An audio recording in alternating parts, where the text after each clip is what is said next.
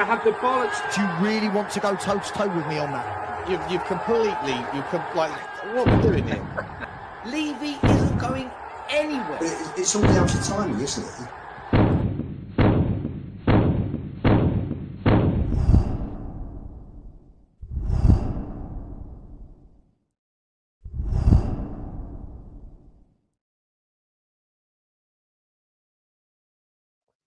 Yes, guys, how you doing? Welcome back to, for weird, let's be over here. How you guys doing? Welcome back to the Spurs Five. It is Thursday night. We have a guest selector for you. It's also the 5th of February, 5 days off, 3 days after the transfer window ended. And there's always more things to talk about in the world of Tottenham. We've got some parting shots from our man, Don Paratici. He's gone after, I think it's fair to say, he's gone after nearly everybody. He's gone after the owners. He's gone after his own colleagues in his various recruitment teams. Johnny, your echo's driving me up the wall already. Yes. We got to fix it. We have to find a solution for this. Guys, please do smash the like button. Please do hit the subscribe on the video if you haven't already. We appreciate any support in that regard. Notification button should be squeezed and comments should be dropped. We've also, I forgot to mention, we got Daniel Levy Takeover story, but I've been talking about it all week. It's the first chance we're going to get to talk about it on tonight's show with the Five. We have Romero. Does he want out? It looks like he does. Rumors everywhere that he wants to go to Spain again in the summer. And we have a Manchester United preview. Plus, we also have Johan Lange's quote-unquote justification/explanation video for what happened. We also hear that Semenyo was offered more money to come to Tottenham than anywhere else, and we were turned down first. What does that tell you about the state of the club? Does pay the money work? We're going to talk about it all. I'm here with Stel, Lubo, Johnny, and of course the guest selector, guys. Also, of course, you know we are on all of your podcast platforms. Please do smash the follow rating or the follow button over there wherever you look for Spurs 5, and give us a rating as well. A nice little feedback review would be lovely. Before I bring in the guest selector, Stel, how are you, mate? Good to see you. Yeah, good. Tired. Been a long week, long day. Looking forward to tomorrow. Smash the like, subscribe, hit the notification bell, everyone. And thank you to all the people that listen to the podcast. Big up to you, mate. Big up to you. Lubo, how you doing, buddy? Good to see you. All good tonight, thanks. All good. Another week, another event-packed week with Tottenham Hotspur. Not sure any of it's positive, but we've got plenty to talk about tonight, haven't we? And good evening, everybody watching and commenting. I don't know if Johnny's gone off in a huff. Johnny's muted himself. I can't even unmute him to find out how he's doing. We'll find out in a minute. Where's he gone? He's going, oh, screw this. I'm going back down the beach.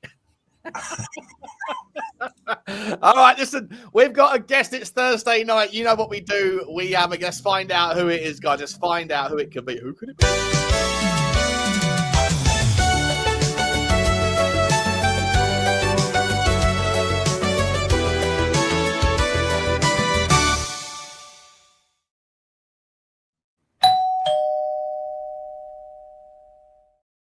Let's open the door, make him feel very, very welcome. He's been on the show a couple of times now, making his I think it's his third appearance on the show, maybe the most regular of the irregular guests. We love to see it. He's wearing all green, I think, this evening. Please welcome to the show from Spotlight on Spurs. It is our man, Lukey. How are you, Lukey? Good to see you, mate. Not bad, mate. Not bad. Thank you very much. Johnny's a little bit like Spurs' transfer window. Very noisy at the start and then just completely silent throughout the rest. Excellent. Absolutely excellent. At least disappearing act. Spurs consistently. Exactly. I love to see it. Thanks for having me on. Thank you. Good to see you, mate. What year is that shirt, mate? I don't remember having a green shirt. It's not. It's a blue. I don't know what the camera's showing, but it's a navy blue one. Very nice. Very nice. Very nice indeed. Just quickly, has everyone seen the... I like that pony, mate. It's very cool. Has anyone seen the suggested away kit for next? I'm not even sure if it's suggested, isn't it? Richarlison's already been pictured in it. Any thoughts on it? I like it a lot. And I hate Spurs kits. I think Nike have been bang average, but that away kit, if that's real, that's such a nice kit. It just looks so slick. I would buy that. Is I it would buy dark that. blue or is it black? I couldn't really see. It's navy, isn't it? Navy, Yeah, is it? it's It's navy. navy, yeah. Yeah. Fair enough, fair enough. So I don't know what you guys think. I think it's one of the nicest away kits we've had in a very, very, very long time. Yeah, If it's it legit. looks nice. Looks clean. Looks clean. Yeah. All right, guys, listen, let's get into it. I'm trying to think of the way that the kind of the first. Let's start with Don Paratici, the latest exit from the club to throw I don't know, an ex-colleague under the bus or two. We shall see. Let's bring it up. What has he said tonight? There's obviously a big interview, but these are the main takeaways. He said to do this job with a club like Fiorentina was a source of real motivation. To do it with these owners who are very serious and infrastructure that's super international, a brand known all over the world, and people who share my ideas on the game was more than enough for me to come back and work here. Obviously, two important insights there. One is to do it with these owners who are very serious. I think that's the first thing. That's a little dig potentially at his previous iteration. And the next part, I think, which is important, of course, is he says to work with people who share my ideas. He did also thank Tottenham for standing by him through difficult times. And he said, I do have to thank them for that. I spent 4 or 5 good years in the Premier League, yada, yada, yada. I think, listen, on surface, you could sit there and say he screwed us over by going in the middle of the window, but the reasons why, and also the motive, you have to also, just for what it's worth, contextualize the motivations, always challenge the narrative, the intentions or the motivations of the people that speak about their previous experience. Is it genuine? Is it sincere? Is it trying to protect themselves from criticism, whatever else? But we're gonna chew through it now. But obviously the last thing I'll say is when he says about sharing his views on the game. In the last month, we've heard a lot of rumors that first and foremost, he never was really on board Thomas Frank, that he wanted De Zerbi before we signed Thomas Frank when he was still in consultancy role. And then more recently, he wanted to bring in Igor Tudor, ex-Juve guy, when he thought that maybe Thomas Frank should have been sacked. Both of those were rejected. And also, we also heard that he wanted Magnus Akliush, but yet Johan Lange and Vinay and Thomas Frank went for a bid for Lucas Paqueta instead. And Paqueta did at least say himself on his interview at Flamengo that yes, Tottenham and Chelsea did come in for a bid, and he turned us both down and went to Brazil. So as some of that story does align, right? That maybe Fabio Paratici threw together some ideas, some options, and at every turn, every twist, he was vetoed. Don Veto. Which obviously is going to be a source of frustration. So it's not always a clean answer. Lukey, I'll start with you, my man. How do you interpret it? Working with players or working with people that share his views and also working with owners who have real ambition? Yeah, I mean, I think a lot of people felt that was the situation anyway. It seemed like Paratici was pulling in one direction and we was all pulling in the club was pulling in a completely different one.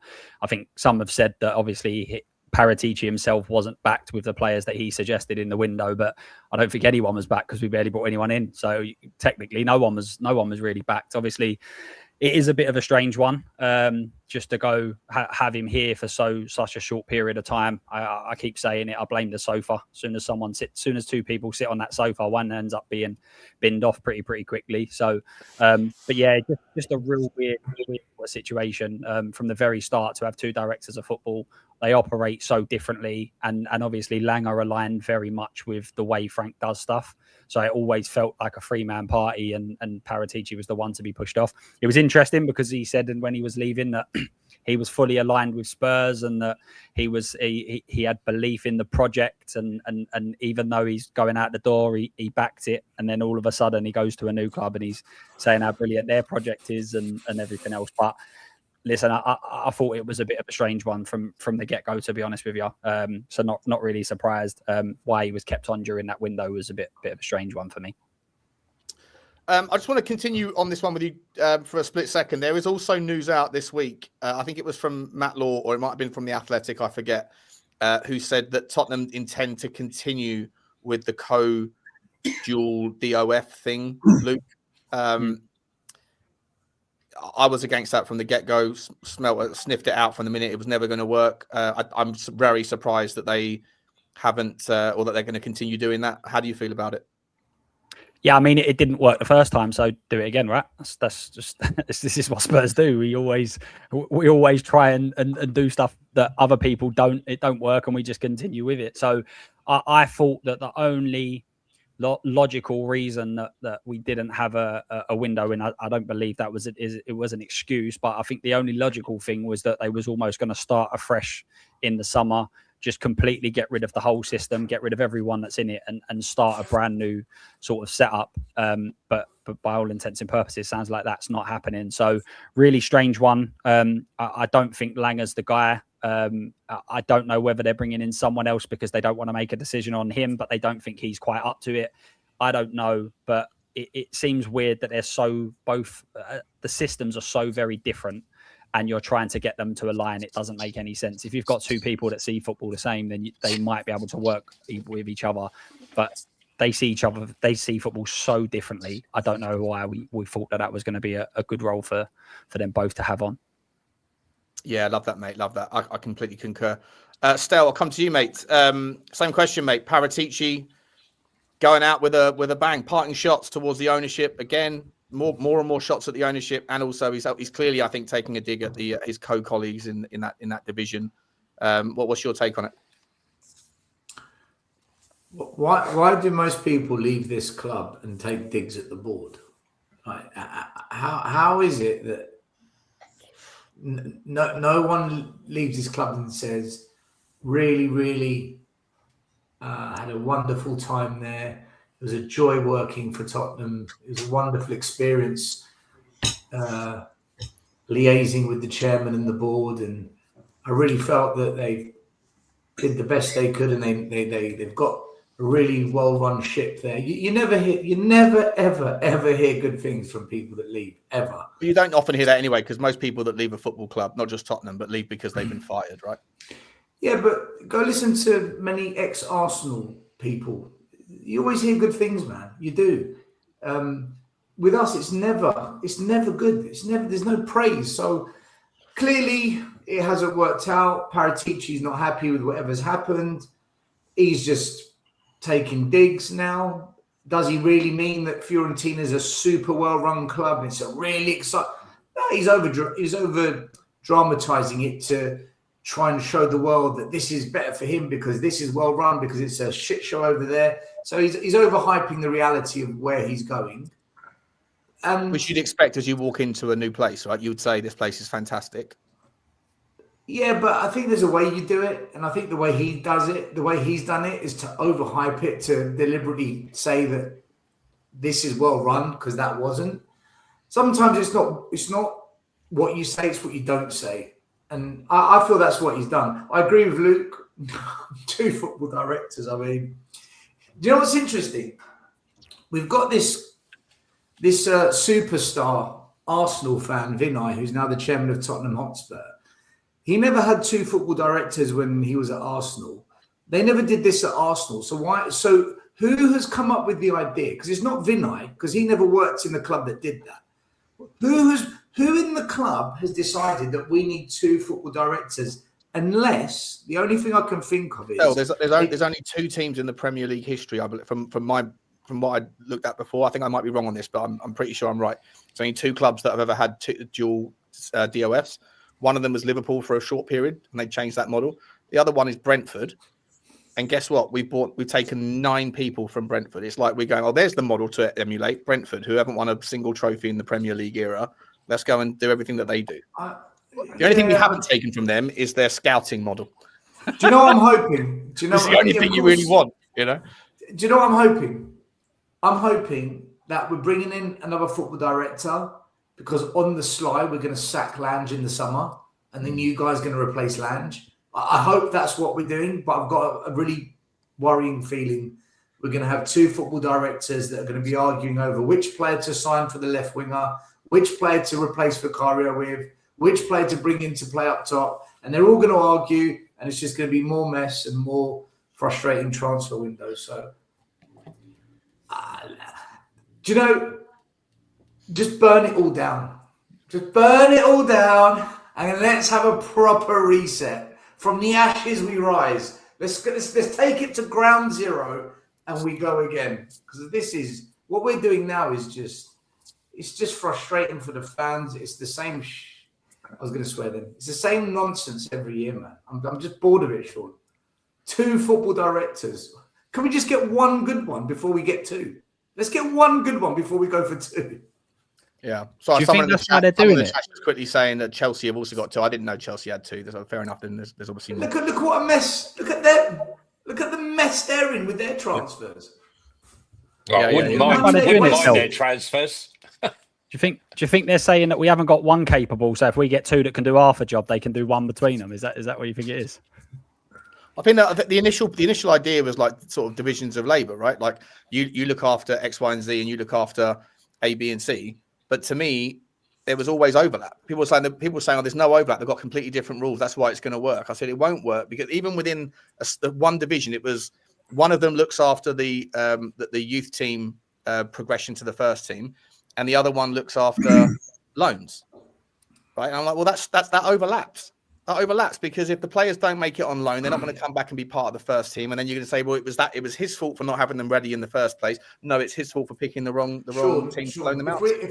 What Spurs need to do is to have one seriously shit hot football director that maps out the blueprint for academy, first team, scouting, the whole shebang, and then recruits individuals to run each division. Right? You mean like Fabio? You mean like Fabio was doing when he came in for Steve Hitchin and ripped it all up and started to restructure everything? Do you mean that model? Yes. Yeah, yes. Because he purposely, I mean, he bought in Scalding, he bought in Gabbanini, he bought in like 4 or 5 top people. Lorenzo Giannini or Gianni, I can't remember, Lorenzo Gianni. He's now gone with him. He was the first scout that he bought with him. He's now gone to Fiorentina as well with Fabio. But what does it say? What does it really say about ambition and professionalism that a guy who's been at the top at Juventus for 10 years, and you can dismiss it as much as you like, but I don't think you spend anywhere like 10 years at any club, let alone a club like Juventus, unless you're doing good things. Has decided, you know what, I ain't doing this, and the dig, the real owners, proper owners, ambition, all the rest of it. We know that seat, that interview on the couch, as uncomfortable and as ridiculous as it was to watch, was grounded in reality. Exactly what we thought. It was all bullshit, and. I was told way before he finished his ban that the only way he would come back would be if he reported to no one and he oversaw everything. And, this coming back, he will look after the kids and I will look after the main thing. Obviously didn't transpire that to be true because we know that Johan Lange and Frank... Yeah, Johan Lange and Frank were like this, and this was my problem beforehand, that they were tight as anything. After all, it was Johan Lange that put Thomas Frank forward in the first place. So, not only have we let go Gabbanini and some of the other people associated with the club, but we've lost someone in Paratici who, whatever you say, you can find fault in some of the stuff Paratici's done, but you can find fault in everybody. But if you look at the bigger picture and the stuff behind scenes that most fans don't see or know about, he made a significant difference to how things were being done. And that has now been dismantled by Scott Munn, right, in Paratici's absence, and now Johan Lange. Is it not also fair, though, mate, to say that I think all bar 2 players in our squad were signed by those 2 directors of football, right?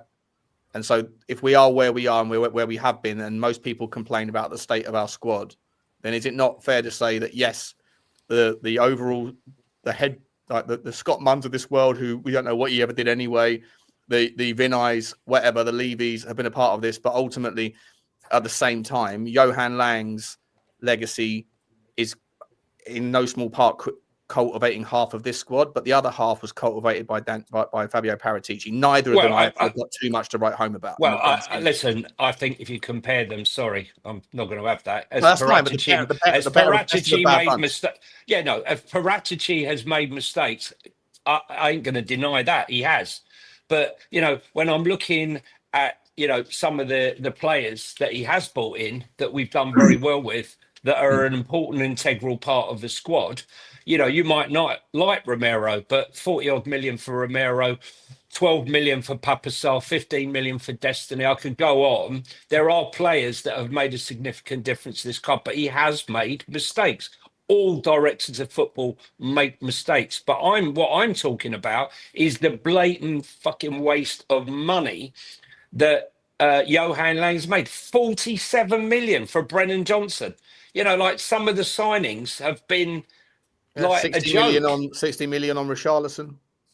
Well, it wasn't 60 million, but I'm not going to sit here and argue about that. 55 million, okay. Whatever it was, it was 50, but still, it's 50 million. Like I said, right?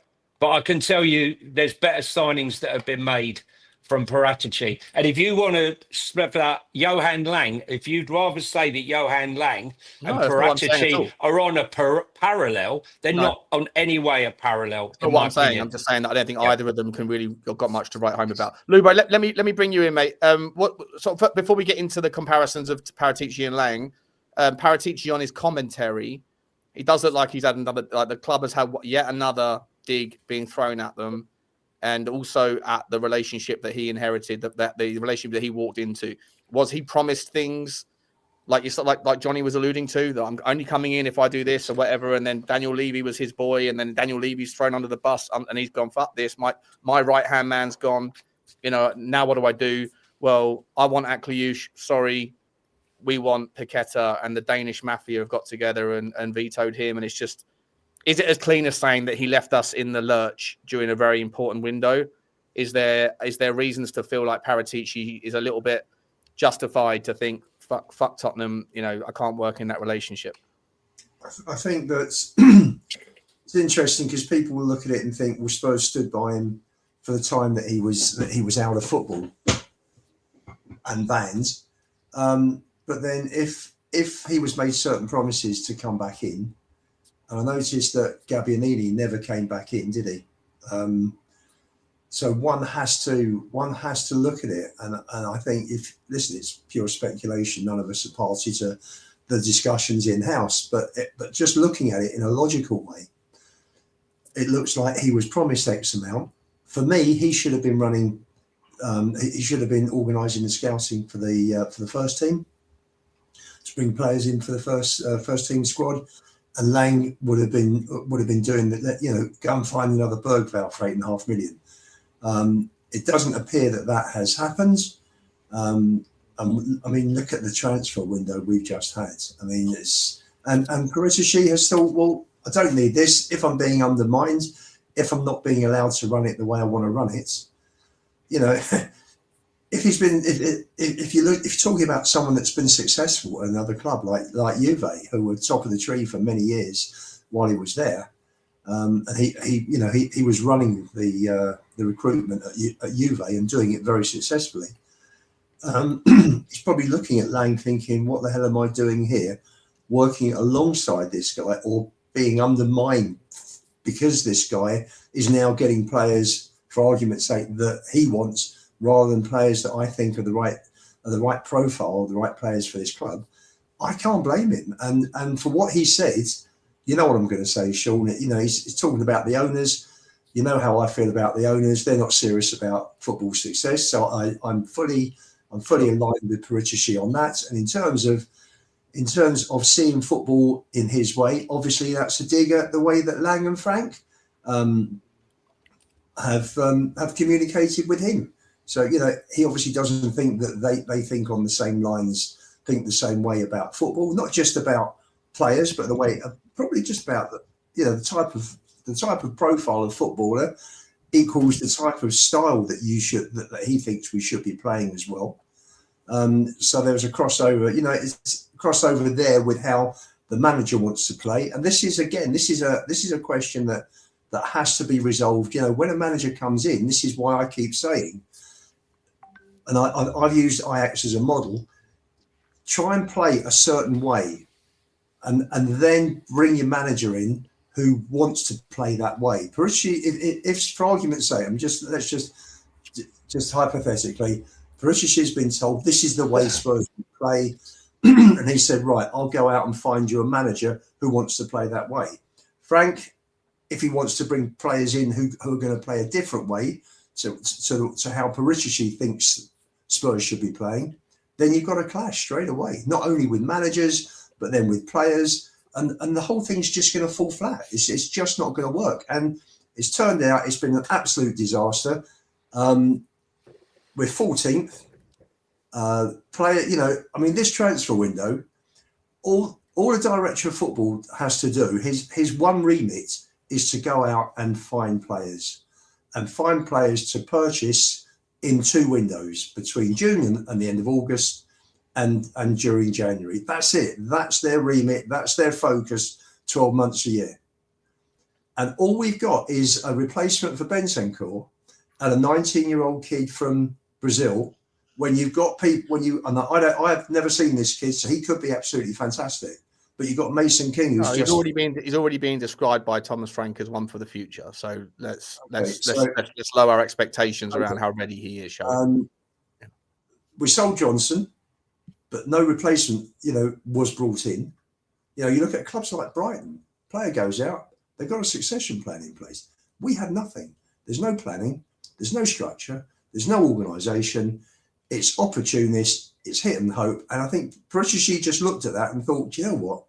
This is real Mickey Mouse.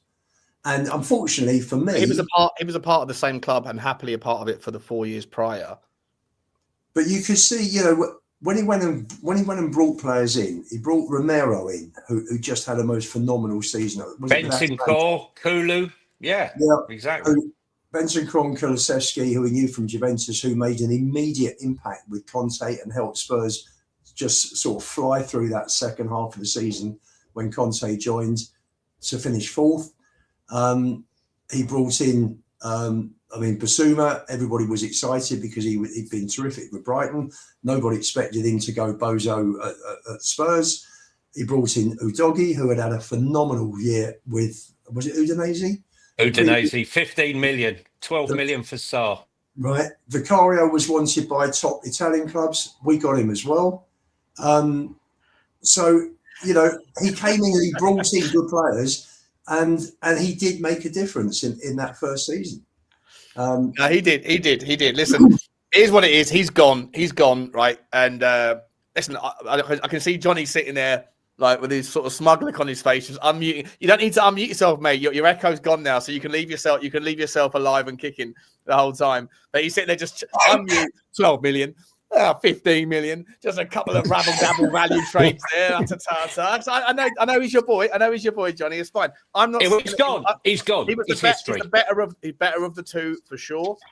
Yeah, I just don't think he was. He assembled half of this squad that has seen us finished 17th and currently 15th or wherever we are. So I don't think either of them are particularly sensational. Personally, I'd love to see someone with real nous come in. But go on, Johnny.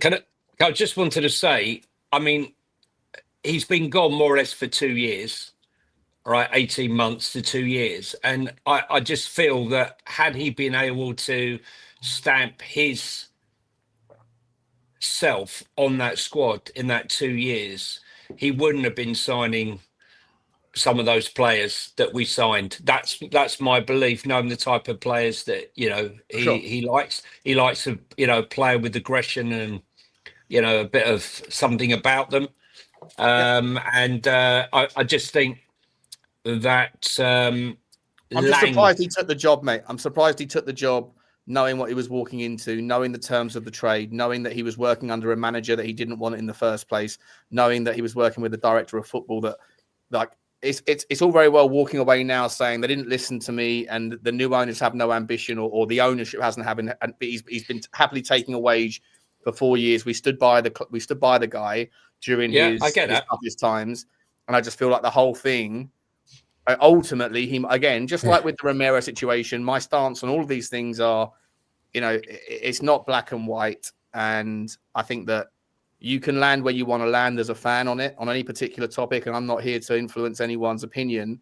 That might if you land on the opinion that Paratici was done dirty somehow, I think that's a stretch. And if you land on the opinion that he's fucked us over entirely, then again, I think that there's probably some context and nuance to the fact that he maybe had certain ideas that weren't listened to. But ultimately, everyone makes decisions in your life, right? And you have to live and die by the decisions that you make every day. And so, do you think coming back? He signed up to Tottenham. He knew what he was walking into, and I think that that's more for him for me. Do you think coming back into a club that he expected to be doing the work and the scouting that he did, only to be told that none of those players are coming? Now, if he was in charge of transfers as it was outlined, and then he goes, "This is the transfer I want for the first team," and then the guy that he didn't want as a manager anyway, and his mate Johan Lange, who isn't supposed to be involved in that side of the conversation, somehow veto, then that's obviously a breaking of the clause, in my opinion. So I completely agree. Yeah. If that's the case, then that makes it more difficult to hate Paratici for what happened. Because I look, for me, what I always said was this delusional thing that I think some of the fans and definitely the owners have, that a top player would prioritise us over another club just because we offered the money. I mean, first of all, you never make a statement you're going to up the wages just at the start of a transfer window. But the fact that Paratici brought in the types of players like we mentioned before, like your Bentancurs and Coolers, he might have had other players, knowing the type of person that he is. He would have come up with a couple of players, quite honestly, that they might have gone, who? Really? No, because they have this thing, right? We only want the cream. Well, I'm sorry. You can look in the window of fucking Harrods all you like, but they might not want to. They might not. Sorry, I just love it. They might not want to. I know right now, just quickly, Stella's just about to change that Football Inc. to a picture of Spurs 5 again. Not Spurs 5, Spurs Corner, 100%. Yeah. Every single show, there's a little battle between these two about who gets. No. I just do mine, but for some reason it changes them all still. So nothing of the sort. But no, I just want. Shebang. I just think that why is this club really believing that we are capable of signing these big players? Because Fabio's probably worked out, well, hang on a minute, none of these players are going to come that you're looking at. We got to look at up and coming talent. We got to look at talent maybe that's been discarded, I remember when Kulu and Bentancur came in, fans went, who are these two? Right? They can't even get a game for Juventus. I remember some of the comments before they arrived, and they went on to have great value. I just think that the board are delusional as to the targets that they're trying to go for. We saw it in the summer with Eze, Morgan Gibbs-White, Savinho, Semenyo, and how many others that they went for that we don't even know about, that are lurking in the back room of embarrassing conversations that took place. Yeah, fair enough. Is that not also part of this, like you're saying about the players and targeting those players? Is that not going to be the same for the director of football? Like I've seen some people in the chat go in for absolute top directors of football. We should be going for this. We should be going for that. Are any of them going to bother coming in if Lang's also in that role? They're going to be like, well, actually, exactly. I want the role on my own. Exactly that. Yeah, exactly. They, if you're going to bring in Paul Mitchell or Campos, they ain't interested. They're not going to be entertaining this numpty. I mean, he's so boring. Look, the whole point, if you're selling a story, I mean, okay, he's not a car salesman, but you've still got to sell a story. You've got to sell, well, what is this project? What is your USP? What makes this club and what you're telling me greater than the other stories that I'm hearing from all these other clubs? And if that guy was pitching to me, I'd be asleep after 15 minutes. I certainly wouldn't have been jumping up and down saying, where the hell do I sign? give me the bit of paper I want to sign. He doesn't inspire me at all listening to him. I want to go to sleep. I think part of the problem as well is the level of player you're targeting. If you're going in as the big fish in the small pond, then the cell's almost there already without you having to kind of push that. But if we're fishing in that pond, i.e. Semenyo, he's going in with negotiations with other top negotiators at massive clubs, and we need something that's going to get it out of the ordinary, that's going to get the deal over the line. And I certainly wouldn't say he's anything out of the ordinary. He's very ordinary. Yeah, I agree with you, mate. I agree with you, buddy. Listen, let's move on to the it's a kind of nice little segue here.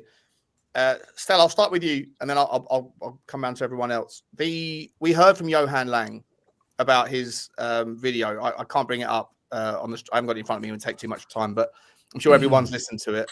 A lot of justifications, a lot of it's difficult. A lot of it's the window, the January window is more difficult now because Champions League games don't finish until the game week 8, and that's a whole new variable. And to be honest, I think that it's a fair thing. I've called it out forever. The transfer window needs to adapt in its shape or format, because the new format of the Champions League is destroying people's ability to do business before it finishes, and then after it finishes, there's no time.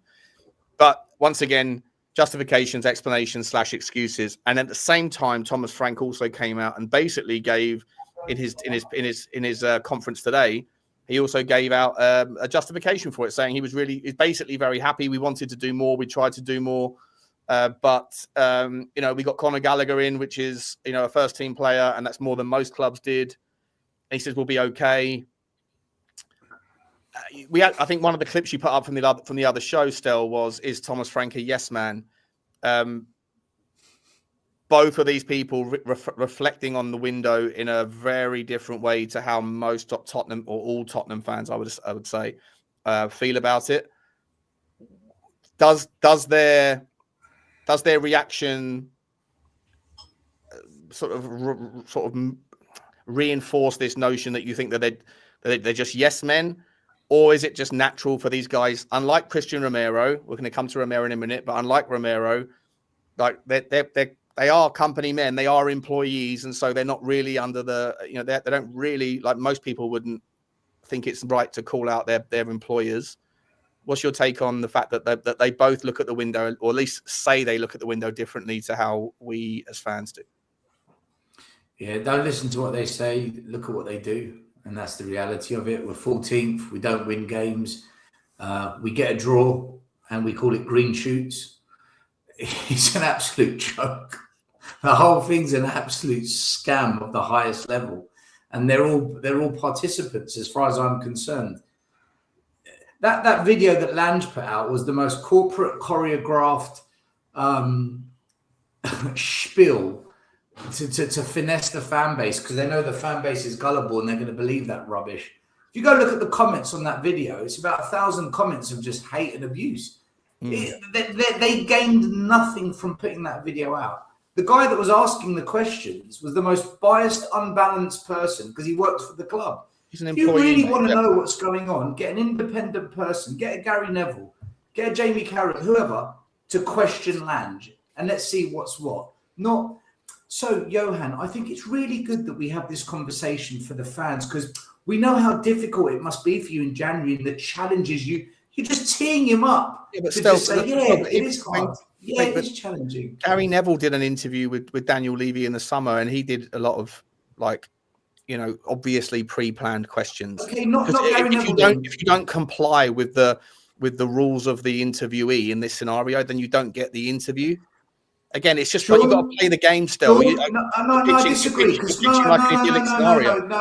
No, you're not doing that. Simon Jordan would have taken it to task. Simon Jordan would have got real with the questions. And whatever happened to Simon Jordan's interview with Daniel Levy? Did we ever see it? I don't know, but I've seen lots of other interviews. I've seen lots of other interviews Simon Jordan has done. The point I'm trying to make, guys, right? You can all give it you can't say this, you can't do that. No, still, you're pitching a scenario that doesn't exist. I'm giving you my view. I'm just giving you my view. I'm just giving you my view. My view is this. That was a corporate staged video, just like the one with Vinay and Levy in the summer. Yep. The one that I ripped and I said, guys, nothing's changed. Sure. we're going to go nowhere like this with these videos. We need some real, genuine, wholehearted honesty. Right. If the board came out and said something like this, right, and they'll never do it. But if they came out and said something like, guys, we're sorry. We got it wrong for many, many years. We really did. We acknowledge it. We're going to fix it.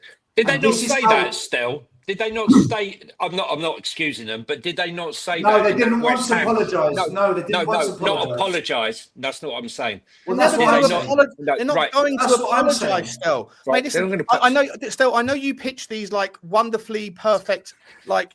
I just want to say what I say once without an interrogation, and I sit here and I let everyone speak. Hang on.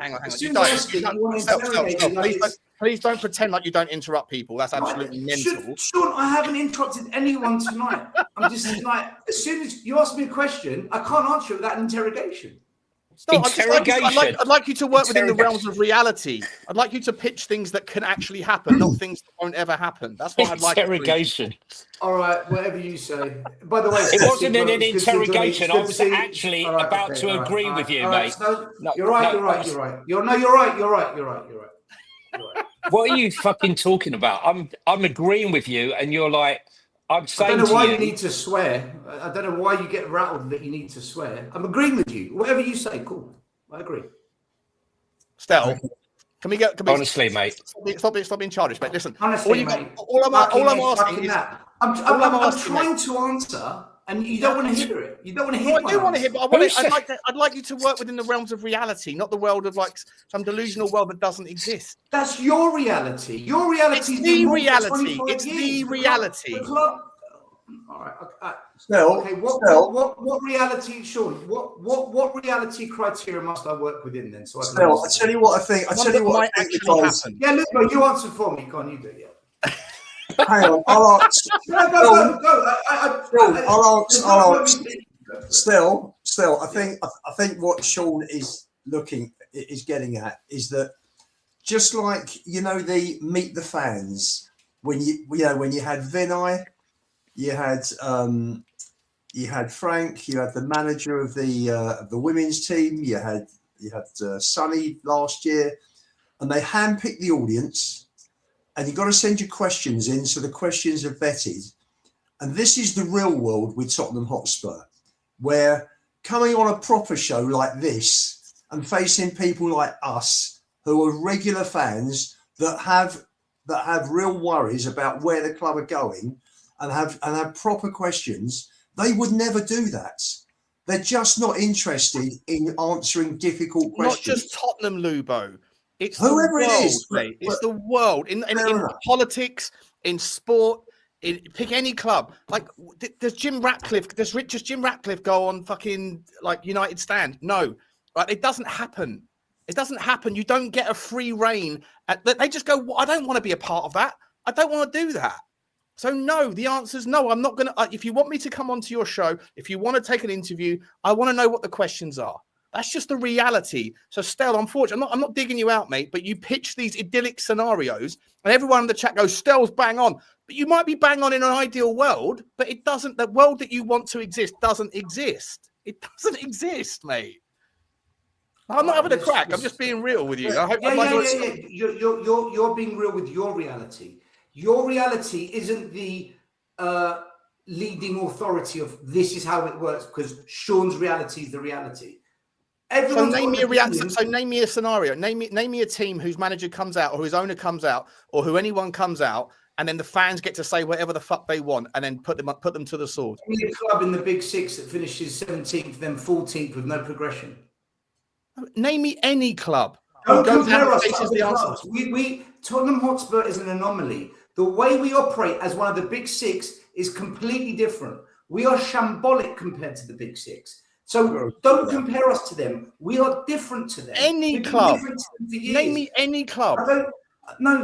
Because it's like when you say things like only 3% of clubs win a trophy. Don't compare us to Doncaster, who are in the 97%. Compare Tottenham to the Big Six. In that Big Six world, that's our reality. I'm asking you to name. I'm asking you to name a director of football or an owner. I'm trying to tell you, Sean. in the Big Six reality, right? We live in the Big Six. No club operates like us. None. So we need to do things differently in order to actually compete with them. And I'm saying when they come out with these PR videos that are choreographed, it's absolute bollocks. And I agree with you. I agree We with you. all agree. That's the So joke. why do you argue with me when I say it? I'm Because not what you're arguing saying, because you you're nipped saying in. You what we said need, fuck what we this, need is mate, this. and that. Still, He's it's now still, it's saying like, it's it's like you are a politician, mate. It's like you're pitching for the PM role and you say, elect my party and we will have zero taxes, a fully funded NHS. No, that's stupid. It is. That's stupid. You're pitching a reality No, that that's can't stupid. exist. No, that's a terrible analogy. That's a terrible analogy because that's stupid. So is the idea that there's not another football club. I'm not talking about the Big Six. I'm talking about any football club. Name me one football club whose owners go out and face the fans without vetting. I think there have been. Sean. I'm sure lower Well, level. try and name one. Try and name one. I'm trying. The big problem is we've already said it on the show. Stell's already mentioned it. They put up Lange's interview, and all they've got is swear words and F words and this. Exactly. That, and useless. You got no idea. So why would they ever just encourage anyone to just come in and say whatever you like? Because they won't. What these people are going to say. Yeah, they're not going to say. That's why they don't do it.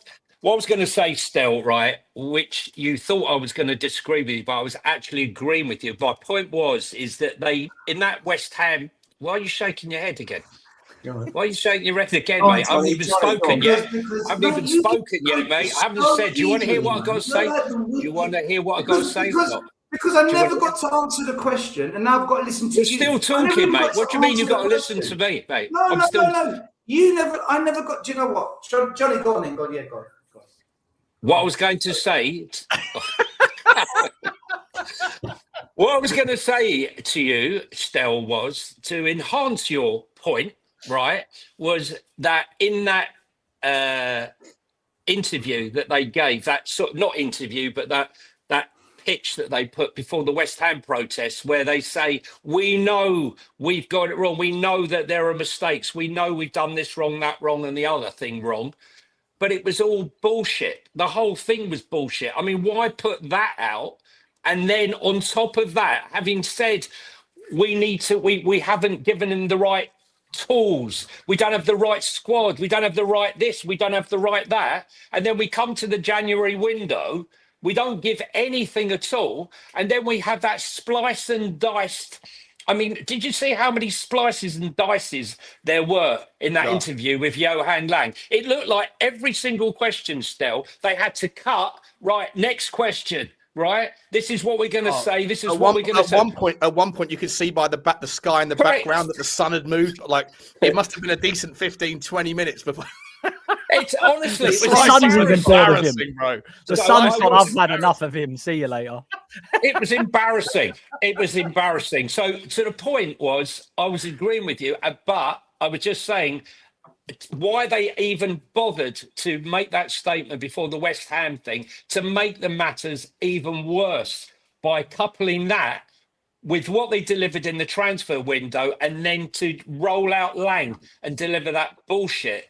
It's bullshit and everyone knows it. And let's be honest, tell me what is going to change come the summer? What's going to change? Those same players that will go after, none of them will want to come. Who'd want to come? You know what? I said this in August, and you literally tried to dunk all over me. And I played the video last week, and now you're saying I done what, you Ovi? We disagree. You call me. Do you know what? Sorry, Leave finish. Go on. Sorry, apologies. I think. Listen, sorry. I don't think. I must tell you something. I think more important than any point scoring that may or may not be going on. I think what is really worrying here is the state of the club, and we have got. I didn't think we could ever have. I mean, he's a CEO, isn't he? He's chief executive officer. He's not a chairman, but I never thought that we could have a CEO that is this hopeless. He came out in the summer, as I said last week. He started communicating with the fans after 25 years of non-communication from ENIC was like a breath of fresh air. And I'd be honest with you, I thought to myself, great, terrific. If he carries on like this, is he going to make the club better? You know, the communication with fans will be better.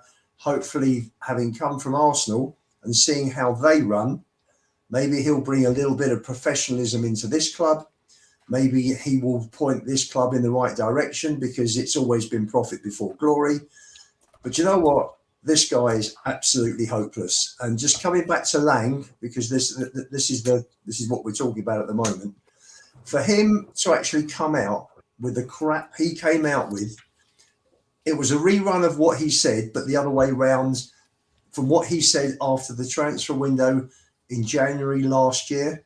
Last year it was 90% of transfers were done in the summer, and this year it was only 10% of transfers. Sorry, 10% of transfers are done in the January window. So he basically it was just cut and repeat, paste and repeat. And if there was anybody at the club who knew anything about football and knew the standards of what a director of football should be reaching, Lange would have been out on his arse this week, and with Rob McKenzie with him, because between the pair of them, and I'm not going to go into the injury situation, because with injuries it's reactionary. You've got to think on your feet. There may not be a player available that you want to replace a player who gets injured during January. But to have 4 months, and come up with 3 kids. Mason Mealy was already booked. I think we got the 17-year-old kid from West Ham, we got the kid Sousa, and we got the kid from Hearts, and that's it. That's the result. That's the result. By the way, even the Hearts coach came out and said he shouldn't have gone to Tottenham. Yeah. He can't even get in the Hearts first. The Hearts coach is coming out saying Tottenham's a sideways step. Grade. We have so many. I'm not going to explode in a minute. I'm very Phil Coyes. I'm very, very calm. This is the way I've come to terms with the facts. I really hoped that with Joe Lewis and Levy off the scene, and son and daughter coming in, and some, as I said last time, sons and daughters sometimes come into a business that the father started, and they run it in a completely different way. And I was hoping that would be the case. The kids don't know what they're doing in football. They brought in because of that, Vivian's son-in-law is now getting involved. They brought a CEO in who Levy brought in, I think, from Arsenal, who probably thought, this is a coup. We've got an ex-Arsenal guy who's been there 14 years. He'll improve the club. I mean, literally, you look at it. Levy brought in Mountain, who brought in Lange, who brought in Frank. I mean, Levy brought in Vinay. Every single bloody decision. We're getting off the topic though, Lou. We were talking specifically about Lange should be sacked. Should be sacked, as I said earlier. He's not going to be sacked though, clearly, because it looks like he's staying. It also looks like Thomas Frank is staying because we signed another member of the Brentford team. Let me just bring Luke in, because we're at the hour mark and we've got 3 or 4 more topics to get through. By the way, guys in the chat, I'm going to do some super chats in a minute. Guys in the chat, listen, it's all fun and games, right? Certain shows, certain people get in more than others. Let's just be nice, right? There's no need to attack the argument, not the person, is what I'll always say, right? There's no need to be rude to anyone. Luke, Lange's interview, mate, specifically. What were your thoughts, mate? It's just ridiculous. It's the same interview he give last time out. Last time out, it was all indications that the club were simply that we're going to go big in the next window. That window ends. We're going to go big in the next window. No doubt. Next window, we'll be going big in the next window. It's just ridiculous. And listen, I'm all for one. If you're looking at your targets and you want to focus on 1s and 2s, you don't want to drop down to picking up your 7, 8, and 9. I get that, completely understand it. But the simple facts is you've got 5 or 6 17-year-olds on that bench. And I know it's going back a little bit, but we're talking about players like Romero, Van der Ven, and everything like that. They're going to be looking around going, we're massively struggling here, and you can't get anything over the line. Like, you can't come and get us some help here. We're going out week in, week out, and you already know Romero was ill. You already know Odebert was ill. players are probably going out with injuries, and they're going out every week. They're getting screamed at by the fans because they're not performing. And then the club are just going, no, we're all right. We're actually doing all right. We don't really need to do anything. Like it's just ridiculous. So do you believe that, or do you believe that Tottenham? Because I know I asked this question at the end of last week's show or last on Monday's show. I haven't asked you, Lukey. Like, I don't know what's worse, right? Is it an ownership or a team, recruitment guys who just weren't willing to agree on a player and bring a player in? Is that worse, or if the funds weren't there, maybe? Or is it worse that we were trying to get players and we couldn't convince anyone to come to Tottenham? Because I think that it's just as plausible that Tottenham, it wasn't just Semenyo that turned us down. Maybe there were others as well. You've got to adjust to that market, right? I said if we're looking to go and target top players and we're missing out to them, the Eze one is the prime example. At least we're missing out to players that are good. That are going to good clubs. Obviously, you can't consistently do that. But we were shopping in a world where we were nicking players off Wolves, we were nicking players off Brentford, we were nicking players off.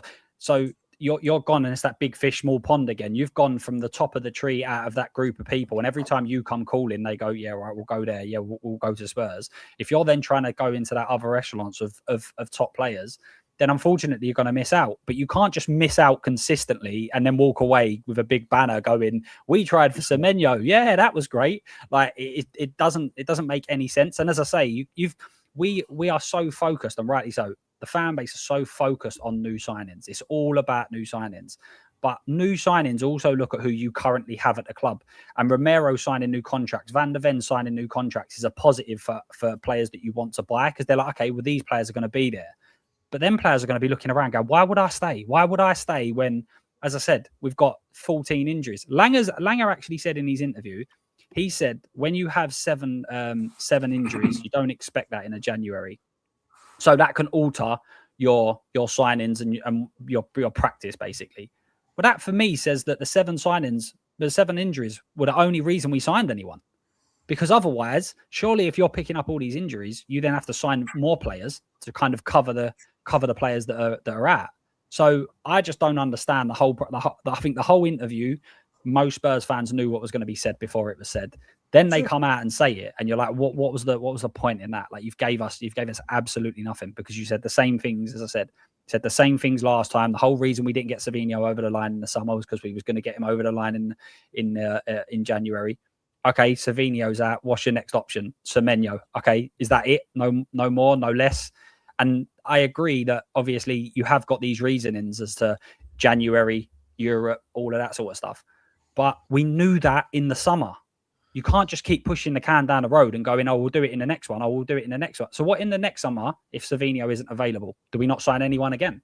Do you give any credibility to the notion that it's not just Tottenham that really struggled this window, right? Obviously, Manchester City brought in 2 players, but first of all, one of them they didn't have to negotiate. It was a case of triggering a clause, and then Gahey was a little bit nuanced as well. And those 2 players are going to pick City, right? But for most other teams, it wasn't easy. And Lange is saying the UEFA European games don't finish until the 28th or 27th of January. Most teams are saying we're not doing anything until we know our destination there. And then you don't have enough time left over to get things done. Is there any like, in my opinion, again, not just a Tottenham thing, I think that the UEFA have to pivot and change, the Premier League have to pivot and change the transfer window and make it either extend it or just move it to February or something, because the current system doesn't fit the ability to do much.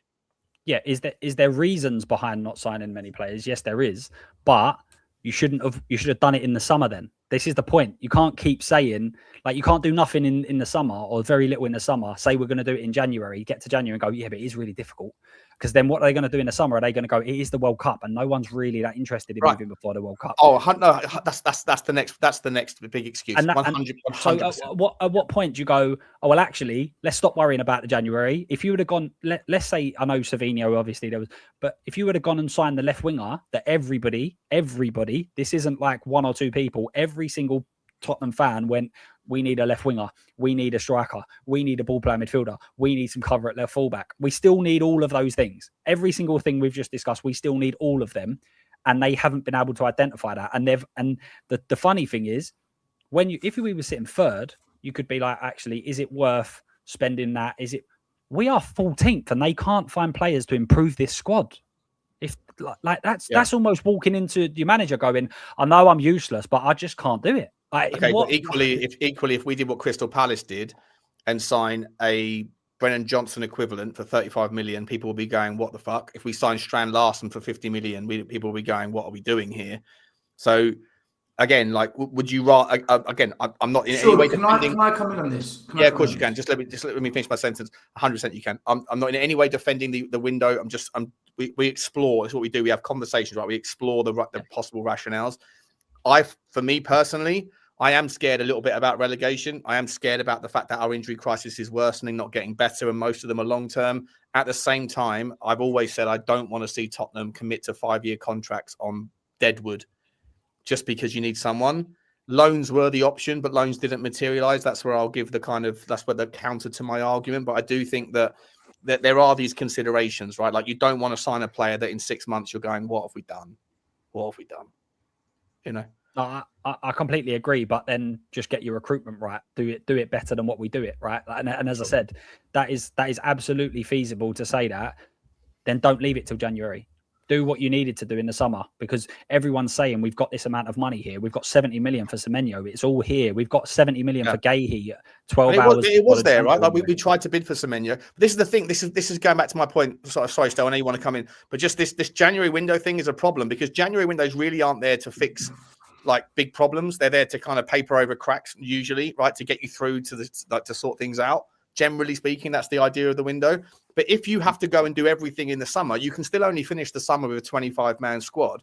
And it doesn't, if we sign Semenyo in the summer, if we sign Savio, if we signed Vuskovic, if we had a perfect squad in the summer, but we still ended up with 15 injuries in January, we would still be screwed. But we know we won't get everything we need in the summer. And there'll be another. But I'm saying, but in a world where we did do everything in the summer, and then we just used January just on the off chance there was an emergency, sort of like what Arsenal did or what Man City do, generally speaking. And then you still happen to have 15 injuries throughout the season. And then January still looks the same as it does now because you can't get a player in because of the UEFA rules and the game finishing late. You're still fucked. Like in the injury crisis at Tottenham, I don't know where people put the injury crisis, the inability to fix this thing out on the priority list. Owners may be number 1 for most people. Number 2 might be manager. Number 3 might be DOF, whatever. But somewhere on that list, and it's got to be very near the top, is the inability for us to get our injured players fit. Well, we're top. We're top of the league. Sorry, Luke, go on. We've done this last year. We knew Romero and Van der Ven were going to be out for 6 weeks to 2 months, and we signed the centre half in February the 2nd, not in January. And there's always a reason. Yeah, but we couldn't do it. There's always a reason. There's never just we done it. There's always a reason behind it. So if they'd have gone and got one player over the line in the summer and then would have got 15 injuries, it is what it is. There's nothing you can really do about that. We're not expecting them to replace 15 players, but it's the fact they didn't do enough in the summer. Oh, don't worry about it. We're going to go big in January. But you can still only have 25 men in your squad, right? That's my point. And so it doesn't matter who those players are. You could have 25 world-class players. If 15 of them go down injured, you're still in a pickle by January. So the injury crisis is a problem. Sorry, Johnny, I know you want to come back in, Johnny. Stel, you wanted to come in a minute ago, and I'll cut you off. Sorry. Yeah, I wanted to finish what I was saying earlier. For me, that video from Lange was corporate bollocks, and it's a nonsense that the club continue to put this crap out. Vinay, he said that he's going to improve fan engagement and he's going to reach out to different groups across the club. So why not get questions from those groups to put to Lange and then specifically say, right, Change for Tottenham have a question. The Spurs Supporters Trust have a question. The Fab have a question. There's none of that. That's the point I wanted to make. I would love an independent person to come in and properly speak to Lange so us fans know what's really going on. But that doesn't happen. And with regarding to the players that we sign or don't sign, I still don't understand why we think we should be going for all these top well-known players like Savinho and Semenyo and all these types of players and Eze's when you've got Frank as the manager. Frank's never worked with elite level players. He's developed players. He came in with the remit. He came in with the credentials of being a tactical professor and developing unknown talent. Now we're saying, why are we signing top players for Thomas Frank? If we're going to sign top players, I want a manager that's proven to work with top players who gets results and wins trophies. But we haven't got a manager like that. So surely we should be focusing on finding hidden gems and players that Frank's going to develop into those talented individuals, not loading him up with players that he's never ever worked with before. So I still this is where I'm a bit confused about the whole transfer policy. If we're going to sign top players and that's going to be our policy, I want a top manager that knows how to work with them, who's proven. If we're not going to do that and we're going to sign unknown hidden gems or players with a bit of pedigree, then fine. So this as a Semenyo, Savino, for me, Frank's not the manager for that. Frank's the manager that should be developing Okafor. Frank's the manager that should be developing Bergvall. Frank's the manager that signs the next Wissa, the next Mbeumo, the next Norgard. So, we get upset about transfers, but he's not. We get upset about not getting the big transfers, but we haven't got the big manager for those big transfers. That's fair. Well, we've had them before, haven't we? We've had big managers before, and they've never worked out. In fairness to Frank, because we never gave them the big players. Well, we spent more money. We definitely spent more money with Ange than we ever did with any of. Ange isn't a big manager, though. No. That's his point. That's my point. That's my point. I'm agreeing. He's agreeing with yourself. You're assuming he's disagreeing, but he's actually agreeing with you. No. But what I'm saying is, we've spent a lot of money with Ange, but I'm not talking about spending big money. I'm talking about if you're going to sign big level players, then have a big level manager for those players. No, listen. Ange, we never signed in big level players. We signed randoms. Good. I think what you're saying is right, but I think it's a balance. I think you need both. And what's worrying me is, even if we manage to get a decent director of football, and the worry is that we don't even bother getting one and they leave it to Lange, but even if we did get a top director of football, what chance does he have of bringing in, top players? And if it's going to be done by committee, where Johan Lange is throwing his 2 pence worth in every single time and out voting, so to speak, this new director of football, the next one in is gonna fail as well. And I just think that the club itself, look, when we look at the injuries, we are top of the league when it comes to injuries, and not top by a little bit, top by miles. It was well over 1,000 days, minutes or days. It was anyway. It was. Let me tell you something, right? We were clear, well clear. If you look at the chart, it was well clear, and that was about 4 weeks ago, right before this latest spat. And there's a reason why Arsenal are at the bottom of the table. They're at the very bottom, and everyone's going on about their injuries. Why is it? Because of their ability to rotate? You think that's the main reason? I think they have the same amount of squad members as we've all said. That's exactly the point. So the point is, it's in the medical. What's been going on in the medical? It's how we approach we couldn't everything. find out what that answer was, could we? We spoke. I mean, the only thing that I could identify from that conversation with Gary, Johnny, was that when managers come in, they bring their own prehab. I think he called it graveyards. But it was but if I said, is it the personnel? He said, no, it's not the personnel, because the personnel that come in come from brilliant places and they leave and go on to better football teams or sporting establishments. Is it the technology that we use? No, we've got best in class. Okay, so what is it then? Is it the pitches? Well, there's an artificial weave, but this is consistent on the pitch and at the training ground, and that's also shared with most Premier League clubs as well. Okay, so it's not that. What else is it? What's the variable?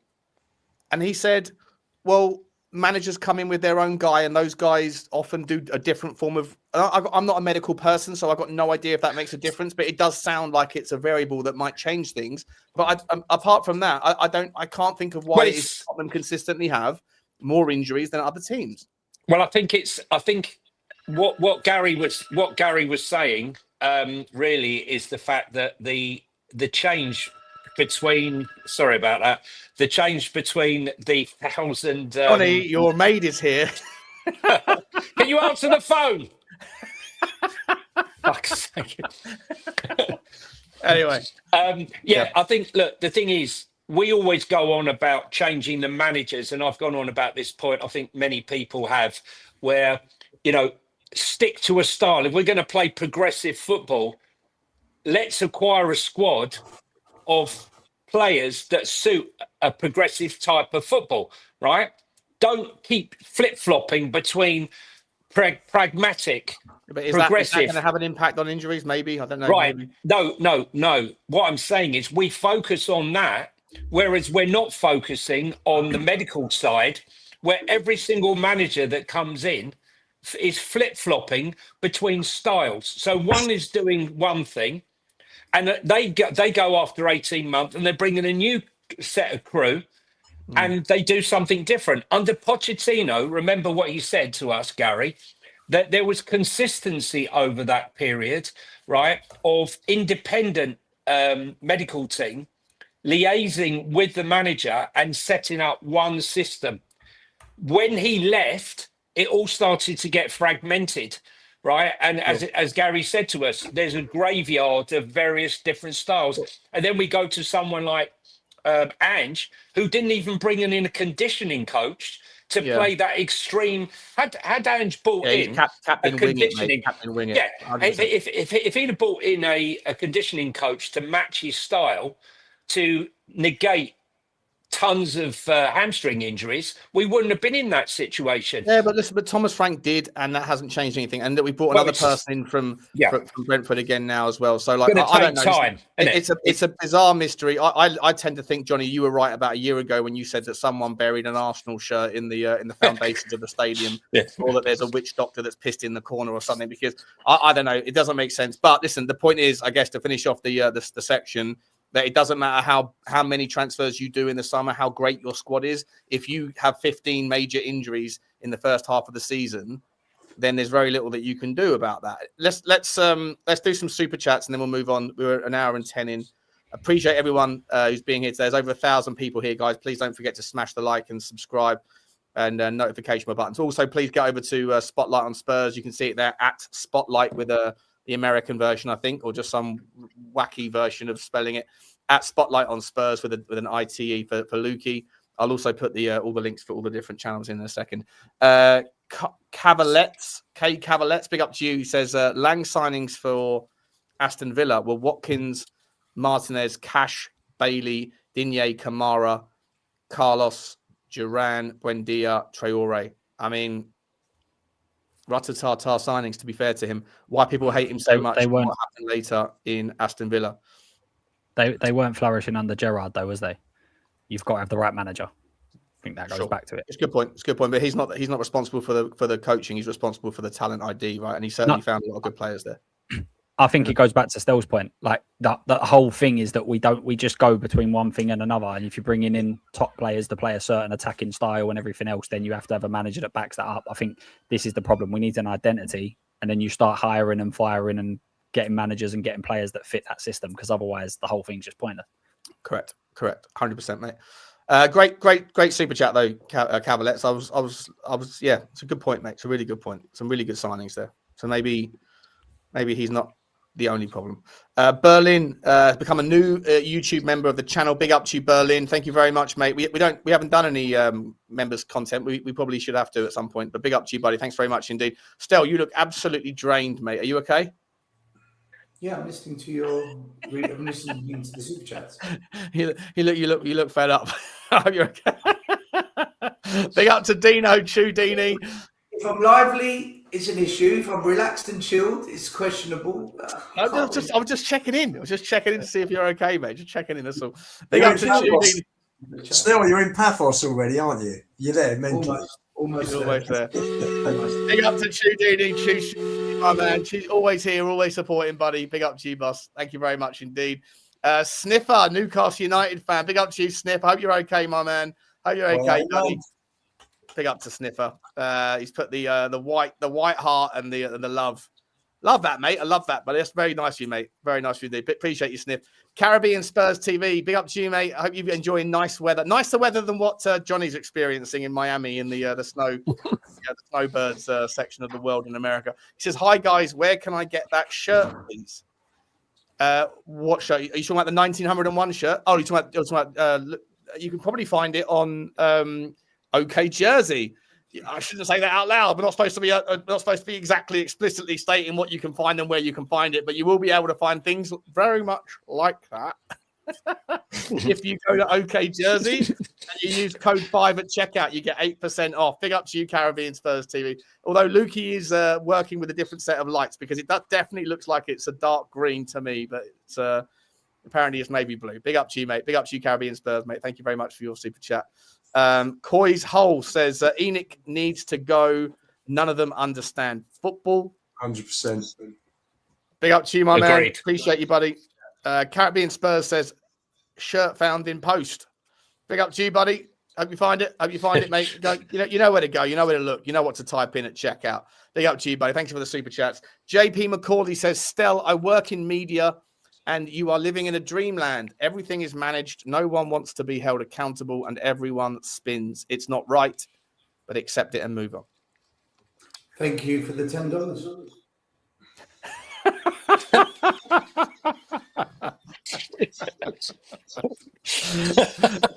Cheers, Jay. Appreciate you, mate. Appreciate you, buddy. Stell's not engaged and he's not in the mood. I can tell he's not in the mood. Big up to you. Big up to you, buddy. Thanks very much indeed, Jay. Coy's Hole. Big up to you. He says, can't the fan base protest outside the training ground? Banner saying Enoch out, or has it been done? I will travel up from Hull for it. Just saying. You can't. Well, you can still protest outside the training ground, right? That's where Brian Daigle used to spend his afternoons. Yeah, so you can definitely do it. And listen, we are going to talk about in a second about the Levy sale, and I'm an advocate for it. Maybe selfishly because certain relationships, but I'd like to get certain people in, but we'll see. We'll talk about that in a second. Big up to you, mate. Thank you very much. Ulrika Kakar says, if an investor buys Tottenham, they will fund it with 70% plus debt. How do you get a return on debt? Either take money from Tottenham to fund it or rely on the value of Tottenham increasing so they can sell. Not sure about that. No. Nobody would suffer leverage debt at the current interest rates. It wouldn't work. Those days I think are long gone, mate. The days of like 0% interest, which is what basically the Glazers got. Sure. They were just Sure. The banks would also look at the debt that the club have got currently. That would be paid off with the purchase. One set of debt gets paid off, another set of debt gets put on it. I don't think that would happen anymore. I think those days are kind of long gone a little bit, to be honest. But we shall see. We shall see. Big up to you, Ulrika. It doesn't mean that the people that buy stakes don't put themselves in debt, but that wouldn't necessarily put it on the club itself. I don't think that would work as much. Well, it wouldn't be frequent anymore. Big up to you, Ulrika. Ledley's Knees says, ask Graham Potter how important it is to work with people from your former club. That didn't protect him at Chelsea, but he didn't hesitate to get rid. Yeah, but did the people that came with him leave with him? I can't remember. Anyone know? Probably did. Chelsea do tend to be pretty ruthless. Yeah. Big up to you, Ledley. And Adam scored draw lot. Big up to you, mate. He says need a needle pusher in the back room before the pitch. We've needed one since Venables left in '93. Spot on.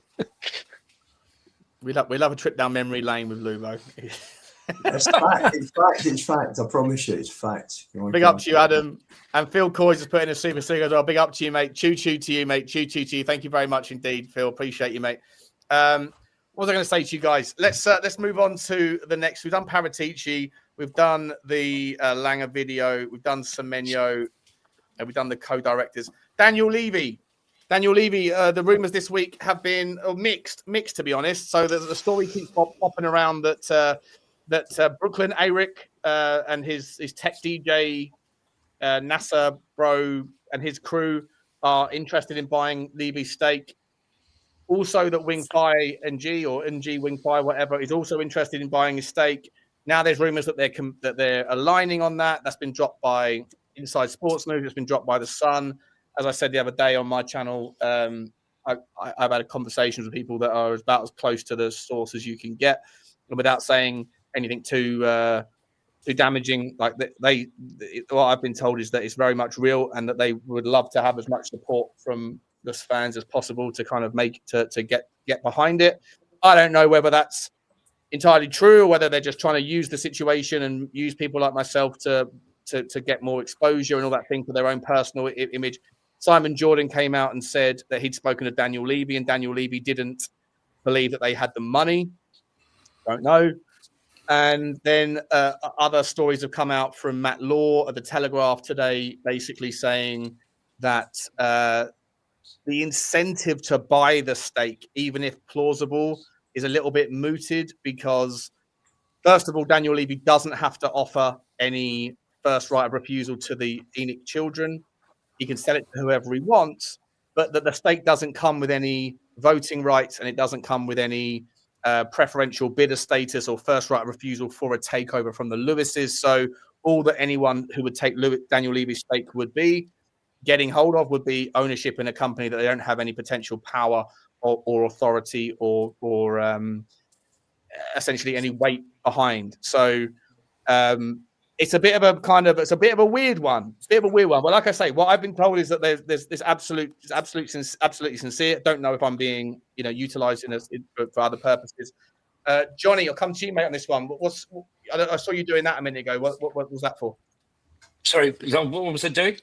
You sort of went like that about something. No, it was about the caveats. I don't believe.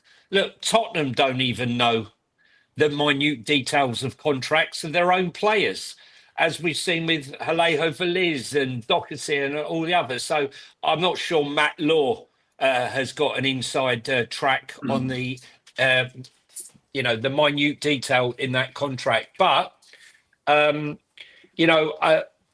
is it 11% of floating independent shareholders? Is it 11%? 13%. 13%. That is another sort of thing that's floating around there that they would need.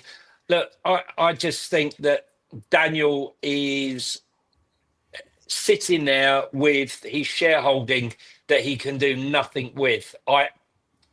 Who's going to spend £1 billion? I think it's fanciful that someone's going to come in and spend £1 billion for no voting rights, no rights, unless they could hoover up the 13%, which would give them, sort of maybe a say in things.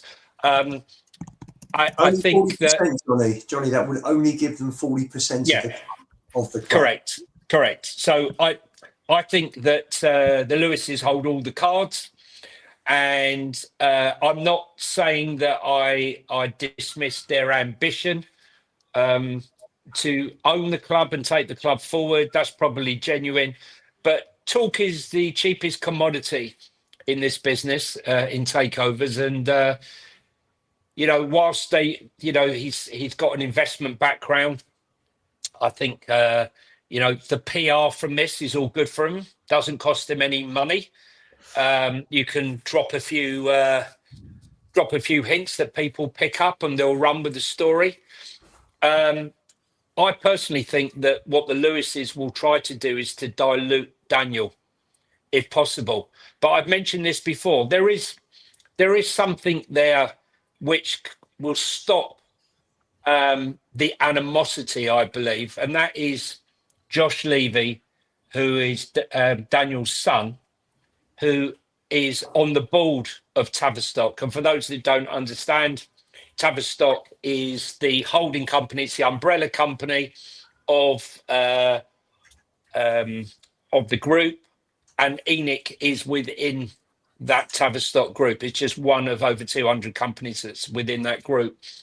And Josh is quite close to all the family, and I can't see them wanting to go much further than they've already gone. I mean, I'm sure it provoked some sort of conversation when they marched their dad out of the business he's run for 25 years and didn't allow him back into the stadium. But something's got to give. Whether or not they've sat him on the sidelines and said, look, when we sell up, you'll sell up. In the meantime, you just have to sit on the sidelines. I don't know. But the other thing is, Sean, Yeah. should someone come in and want to buy the Lewis's stake? Yeah. Do they even need to come in and buy Daniel's? They don't. No, they don't. That's the whole thing, right? It's That's the whole thing. Yeah. It's a weird one for me in as much as if you're going to buy Daniel Levy's stake, you don't get any voting rights, and then you might end up with a new majority owner should the Lewises not come to you. Correct. Right? They could go and sell it to someone else. But then also the new owners might not want to buy from the Lewises if they're working with people like so. The whole thing needs to have a little bit of conviviality. There's no point in having a kind of like a toxic idea in the boardroom. Correct. I think the best thing for all, if there's truth to it, the best thing for all parties would be that the Wing Fi crew and the Eric crew and the Staveley crew or whoever, that they all go and speak with the Lewises. And this, Matt Law said that the Lewises, Martin Lipton said that Joe Lewis had several conversations, several meetings with Brooklyn Eric in the summer. So there's definitely some truth to it, but the whole thing is very weird.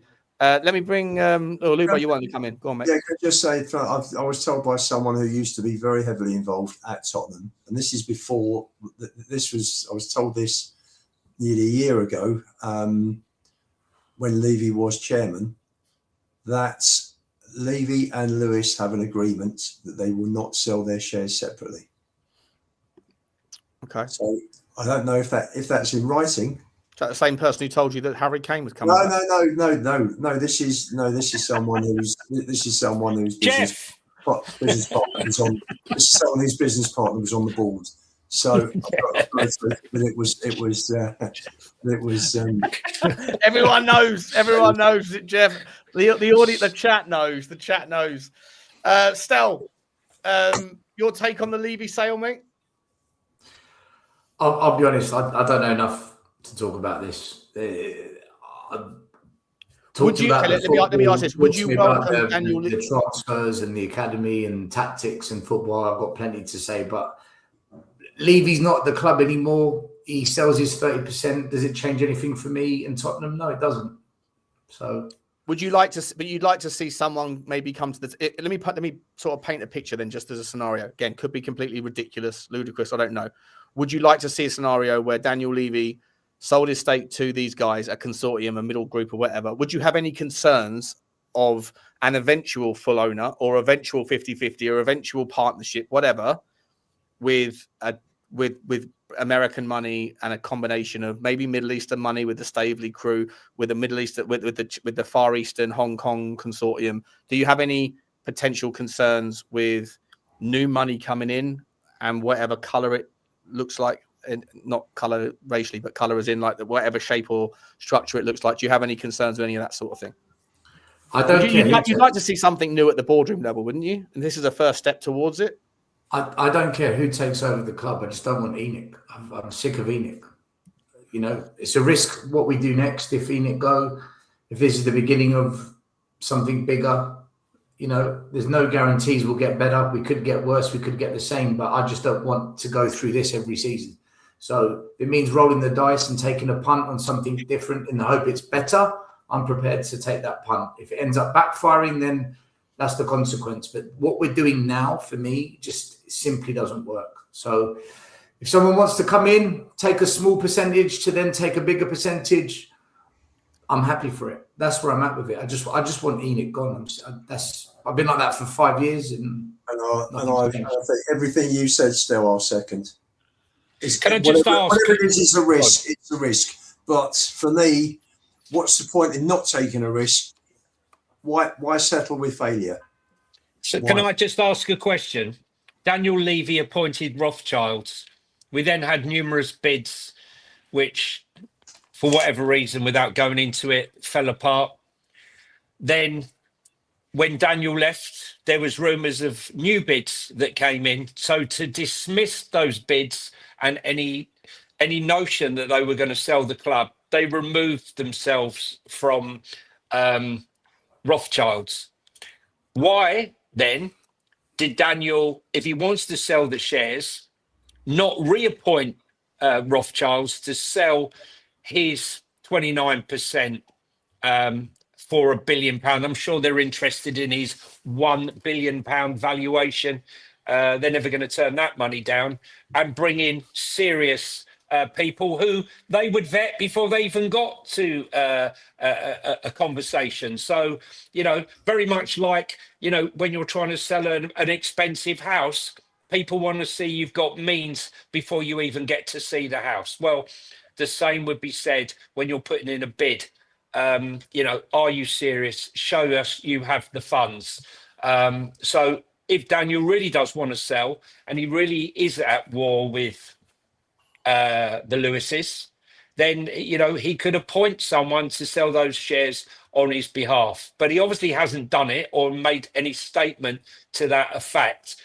And there's nothing wrong with Elix sort of saying, I want to buy Spurs. He probably does. And maybe he does have the money. But just because you want it and because you got the money doesn't mean you're going to be able to get hold of it. No, but any buyer, Johnny, who's going to come in and buy a minority shareholding, surely minority shareholding that's not going to give them any power to do what they want with the pointless. It's pointless. It's only pointless if you unless you negotiate a staggered buyout of the club. Or correct. If you just want a slice of a business that you are pretty sure, regardless of how inept the owners are, that the value of the company is going to go up, 100% over the next 3 years because of other things like naming rights, and you just want a slice of that pie. So there's that. The only other reason. There's the other reason is like when the rumored QSI were looking to get out of PSG, and the maximum they could buy into another club before they started accumulating was 10%. So they could have bought 10% of ENIC or invested 10% and still not be breaking any rules. And they could then offer a staggered buyout over, say, 2-3 years. To do the Lewis something is right that now way. saying that they're not interested, are They're they? not interested. Yeah. Well, the thing is, do we believe them? Do we believe now that Vivian, that the fact that she's being approached by fans and the anger and the abuse that she's getting and the heat? Let's be honest. Daniel has sheltered the entire family, or most of them, from any of this. I mean, how many people, like, you and I, Lubo, we knew about Vivian, but many people didn't know about Vivian, the brother, and all the rest of them. They were like also sat in the background. Daniel was, and they clearly still are. And maybe they've come in and thought we can handle this, and then they've given over the trust to these people, and they're donuts. Let me bring Luke in. Luke, what's your thoughts on this whole Daniel Levy thing, mate? What, Lubo, they might have had an agreement before they sacked Levy. He might have a different opinion now, especially after them throwing him under the bus. But no, I agree. I agree with the guys. I mean, we've all just sat here saying how bad Spurs are and that we might get relegated and that we're struggling, and now we're saying someone should plunge £1 billion into a role that they won't even be able to vote in. So listen, there's so much credence, and you're going to get it from different aspects. They're going to have their own sort of agendas, whether that be, as you said, John, whether that's for a bit of publicity, whether that's to just put a bit of pressure on, whatever. So until it's actually there, and for everyone to see, I think it's difficult, unless, as the guys have said, that they're looking at either investing as a staged takeover, or they're having conversations with another to make sure that they get some sort of vote. I can't imagine too many people going in and spending $1 billion without having a lot of say, or at least some slice of the pie. Yeah, fair enough, mate. Fair enough. Well, look, if you guys, if everybody wants some sort of change of direction, then the weight of public opinion needs to shift. The digital opinion is a certain thing, right? We've spoken about protests quite a lot recently. Romero, obviously, we spoke about him and had a heavy debate about him the other day. 90% of people at the moment agree with Romero for saying what he said. But it's recently come out, guys, in the last 24 hours that Romero wants gone. He wants out. Now, that either plays into one of two sort of stories. It plays into one of two different hands here. It either plays into the hand of He only said what he said because he wants to engineer a cheaper move. And remember, the club that is currently again interested in him is Atletico Madrid. And they were the same club that was interested last summer, but they didn't have the readies to put up for him. Today, Thomas Frank has come out and said, we've dealt with it internally. Now, look, him wanting a move might be because he's been lied to for the fact that he signed his new contract. Do you guys, how does the news that he wants out of the football club affect your analysis, your own internal monologue of the rationale, the motivation for him to have done what he's done? Does it strengthen it, or does it dilute it? Luba, I'll start with you, mate.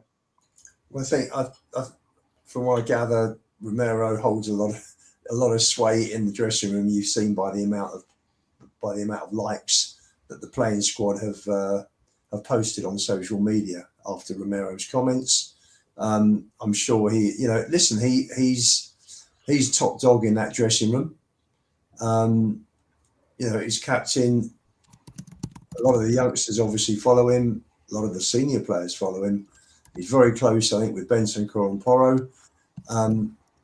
He is angling, obviously, to get a move. He put that out via his journalist friends, who gets the Romero exclusives.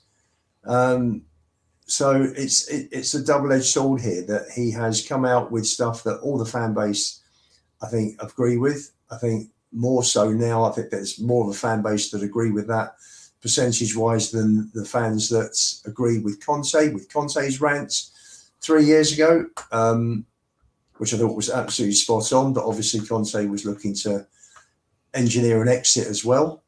And I think Romero will go regardless of whether he wants to go or not in the summer. I think the club will.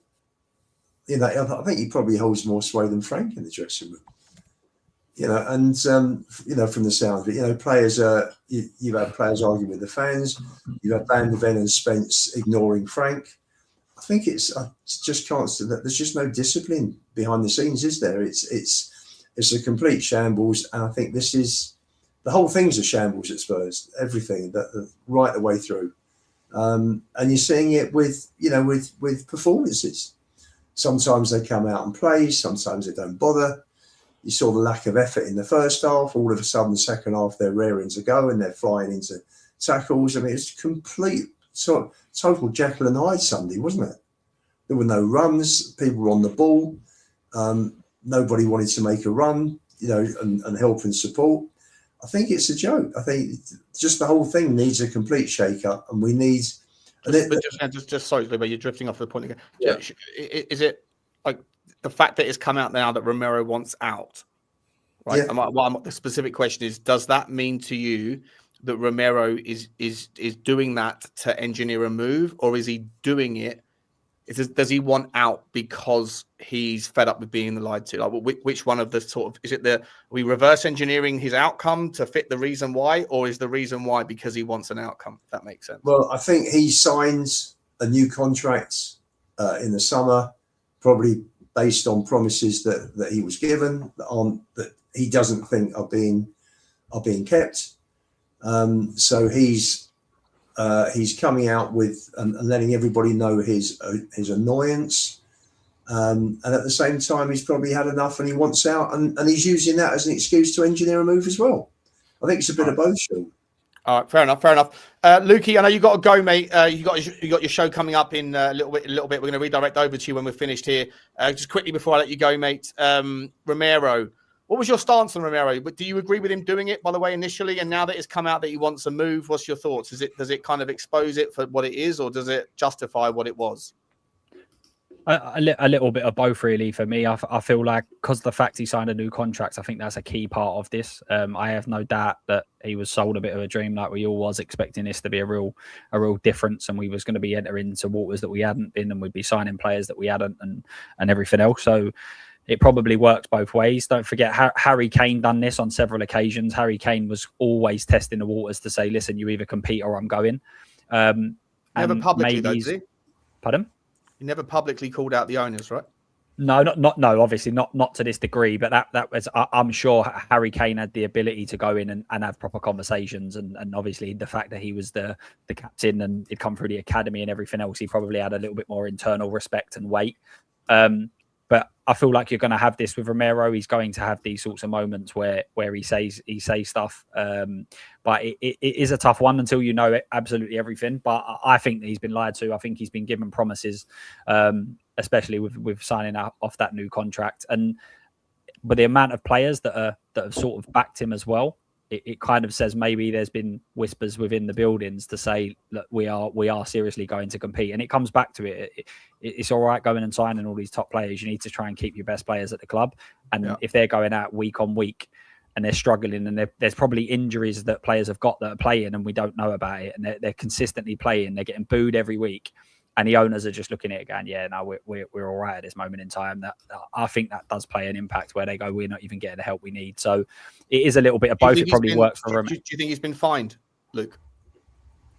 I don't know. I see Johnny's nodding his head. I'm not so sure. I just feel like it just feels like from the outside everything's just a bit of a pushover. Feels like everything just get away with what you like. And also, to be fair, I was obviously a backer of Lange. But apparently it was the same thing with Lange. Apparently Romero kind of done a little bit what he liked around a training ground. So maybe internally he's got that little bit more. And as I say, Harry Kane earned it, whereas it doesn't seem like Romero's earned it that much to be able to do that. But it does seem like he's got some sort of weight with players, maybe staff as well. So I like it that listen, we sit here and say to players, there's not enough personalities. And when they show it, we then want to dumb it down. So we can't have it both ways. Some people are going to overstep the mark or they're not. Some people are either going to be in their shell and not say a word, and then they'll be called yes men.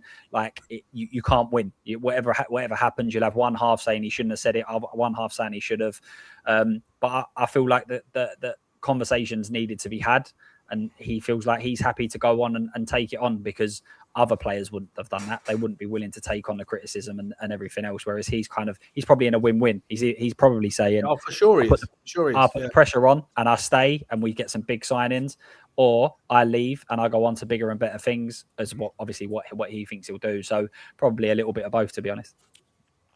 I agree, mate. And on top of that, like when he calls out the club when he hasn't been putting in top level performances week in, week out, defensively at least. I know he's been contributing with goals, and then you have the fans putting up pictures of him as like Che Guerrero or whatever the fuck that guy was. You know, I see Stell doing that in the community post section earlier on. He's a hero. He's a maverick. He's a hero. Listen, Luke, I know you got to go, mate. Appreciate you very much for coming on, my man. We'll be coming over to your channel in a little while once we're done here, buddy. But thanks so much, mate. Spotlight on Spurs, guys. I'll put the link in. Lukey, thanks so much for coming on, mate. Thanks a lot, Luke. Thanks a lot. Yeah. Cheers, mate. I was just going to say, Sean, you know, if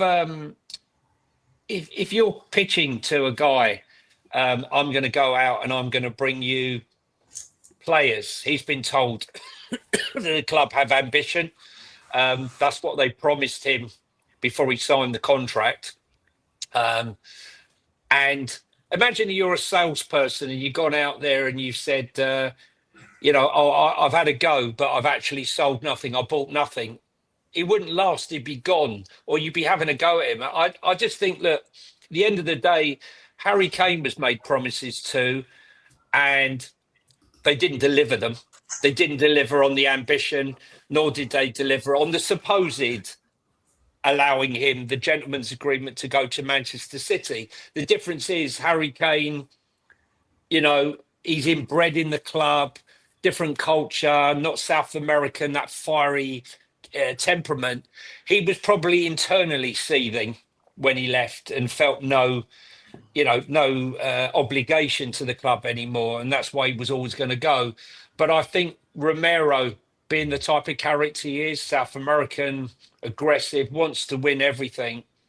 The fact that he's been sort of cheated to is he's seething inside. And whilst I don't condone, you know, some of it, I do get it. You know, he got one career and he was promised all the gold that he could eat, and they were going to bring the riches, and these players, You don't know maybe that. they meant it, but maybe the board really did mean that they were going to do these things and they were going to bring these players in, but their inability and their unprofessionalism in actually acquiring these players, The geezer whether took realistic or...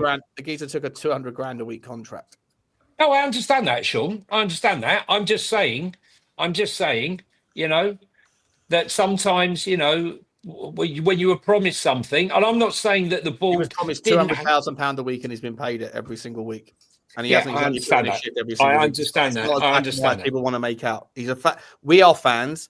People are making out like he's a fan first. No, he's a player. He's an employee. He cares about his own ends. Come on now. Yeah.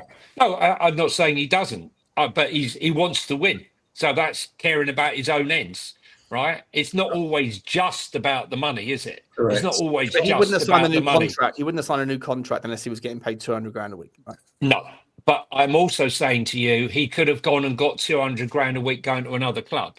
Only if they paid the money, and they didn't. And had they done, he would have left last summer. Right, I'm just saying, Sean. I'm There's a balance. I'm just saying as well. well. I'm saying there's a balance. You're not wrong. Atletico Madrid put up 55 million quid last year, whatever the asking price was. He would have been gone like a fucking shot. 100%. Let's not dance. Well, we wouldn't have sold him for 55. Whatever the number was, Atletico Madrid didn't have it. Right, they didn't have it. So he signed the new contract, take his 200 grand a week, and then he's called the club out twice. He's an employee. He's not a fan. He's an employee. I didn't say he was a fan. I know you might not. I didn't say no. I'm not saying you have, but the fans think that he's on that. He's not. He's out for himself, and he. But do you not think? I mean, that everyone's out for themselves as a player, of course, right? That's the point I've been making for ages. Like, of course, 100%. Not blaming him, but let's not make it out to be something it isn't. He got 200 grand a week. If Atletico Madrid put up the money that they whatever Tottenham wanted in the summer, he'd have been gone. But he didn't. But you could say so he signed the new contract, became the club's highest earner, became the club captain, and everything he's done since then is call the club out and been fucking shocking at times with his defending. And yeah, he scored a couple of goals, but like, you know what? Sometimes like he who cast the first stone, all that shit, glass houses. So do you not think though, that when they pitched him, and I'm going back, they pitched him to stay in mid-January 2025, right? And promises to make him captain and all the rest of it. When, he said, look, I'm going to be captain of Argentina. That's not what it's about. What it's about is I want to be a winner. I want to win, right? It wasn't about money because they were offering them money. He said he's ambitious and wants to win. That's what I was told in January. And this was before any notion about selling and all the rest of it. All I'm saying to you is I'm not disagreeing with anything you're saying, that it's self-motivating, what have you. But is there any part of you that accepts that he was promised the ambitious signings and the type of players, and they've not delivered, that it might have pissed him off and feel like that? I don't know, but I think it's entirely probable that was the case, 100%. Yeah, but I don't think he would have signed the new contract at the same level as what he was earning before, or just on a whim and a prayer. The reason I think the biggest factor is why he re-signed was he became club's highest earner, and because Atletico Madrid didn't have the money to pay for him, and Real Madrid and Liverpool and nobody else that were bigger came along. I think people forget that. Had someone there was a bigger club come along and paid the money that Tottenham were asking, he would have jumped at the chance to leave it. They didn't, so he was like, Spurs didn't want to let him what go. shall I do then? You know what? I might as well take 200. Same thing, by the way, for Mickey van der Ven. Mickey van der Ven saying, I don't want to sign a new contract. I'm like, bro, you got 4 years left on your fucking contract. You're earning 60 grand a week or whatever you're earning. You might as well take the 200 grand a week. You might as well take it and then put a release clause into your contract. It's ridiculous. But Romero, people was right for Romero. The people that are making out like he's one of us, he isn't. No, he's not. An ambitious guy, he did. And he might have been lied to. All that stuff might be true. But let's not make out like it's not something that it isn't. Come on now. It's my take on it. I could be wrong. Yeah, listen, I just know what the conversation was last January and what it was based on. And it wasn't. Come on, mate. You don't know the conversation. None of us know what happens behind in between the agent of Romero and the owner. Johnny, if you're I'm going to not gonna invoke go your into friend that. who's not the CAA guy, come on, mate. You don't like. He doesn't know either. He's not the agent of Romero. Come on, mate. I didn't know. Whoever, I didn't know him. you don't know, I didn't do you? know You don't him. know. None of us know, so you don't know. Well, the fact of the matter was that I did mention it right back in that time that he had the intention of staying, even when they were saying that he was going. I said it was crap, right?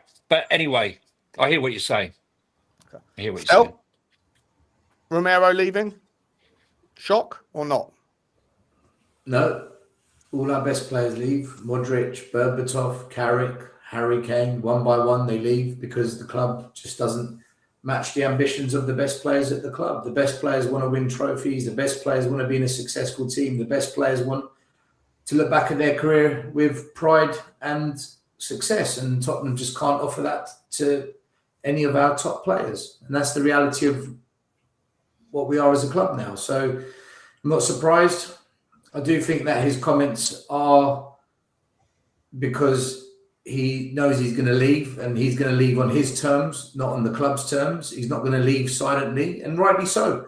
I want him to call it out. I want him to slam this board, and I hope he keeps doing it. And you know, I wish previous players did the same. Other players just went on strike or they down tools. That was their way of voicing their opinions by doing it in a silent way by their actions. I think the only player that actually left amicably was Luka Modric. I think the rest, there was always a bit of dirt or something that wasn't quite a smooth exit. Gareth Bale never said a bad word about Tottenham. He came back to us. Still, Modric. No, Gareth Bale went on strike, faked his toe injury, didn't he? Still, Modric Gareth wanted Bale to went on leave. strike before he left. Still, Modric wanted to go to Chelsea, and Levy said no. And he said, "I'm not selling you to Chelsea, but You don't know that, Lou. Come on, mate. You're just making up spend, stories. spend the next year here, and you can go at the end of the season." And he ended up going to Real Madrid. Where's the source on that?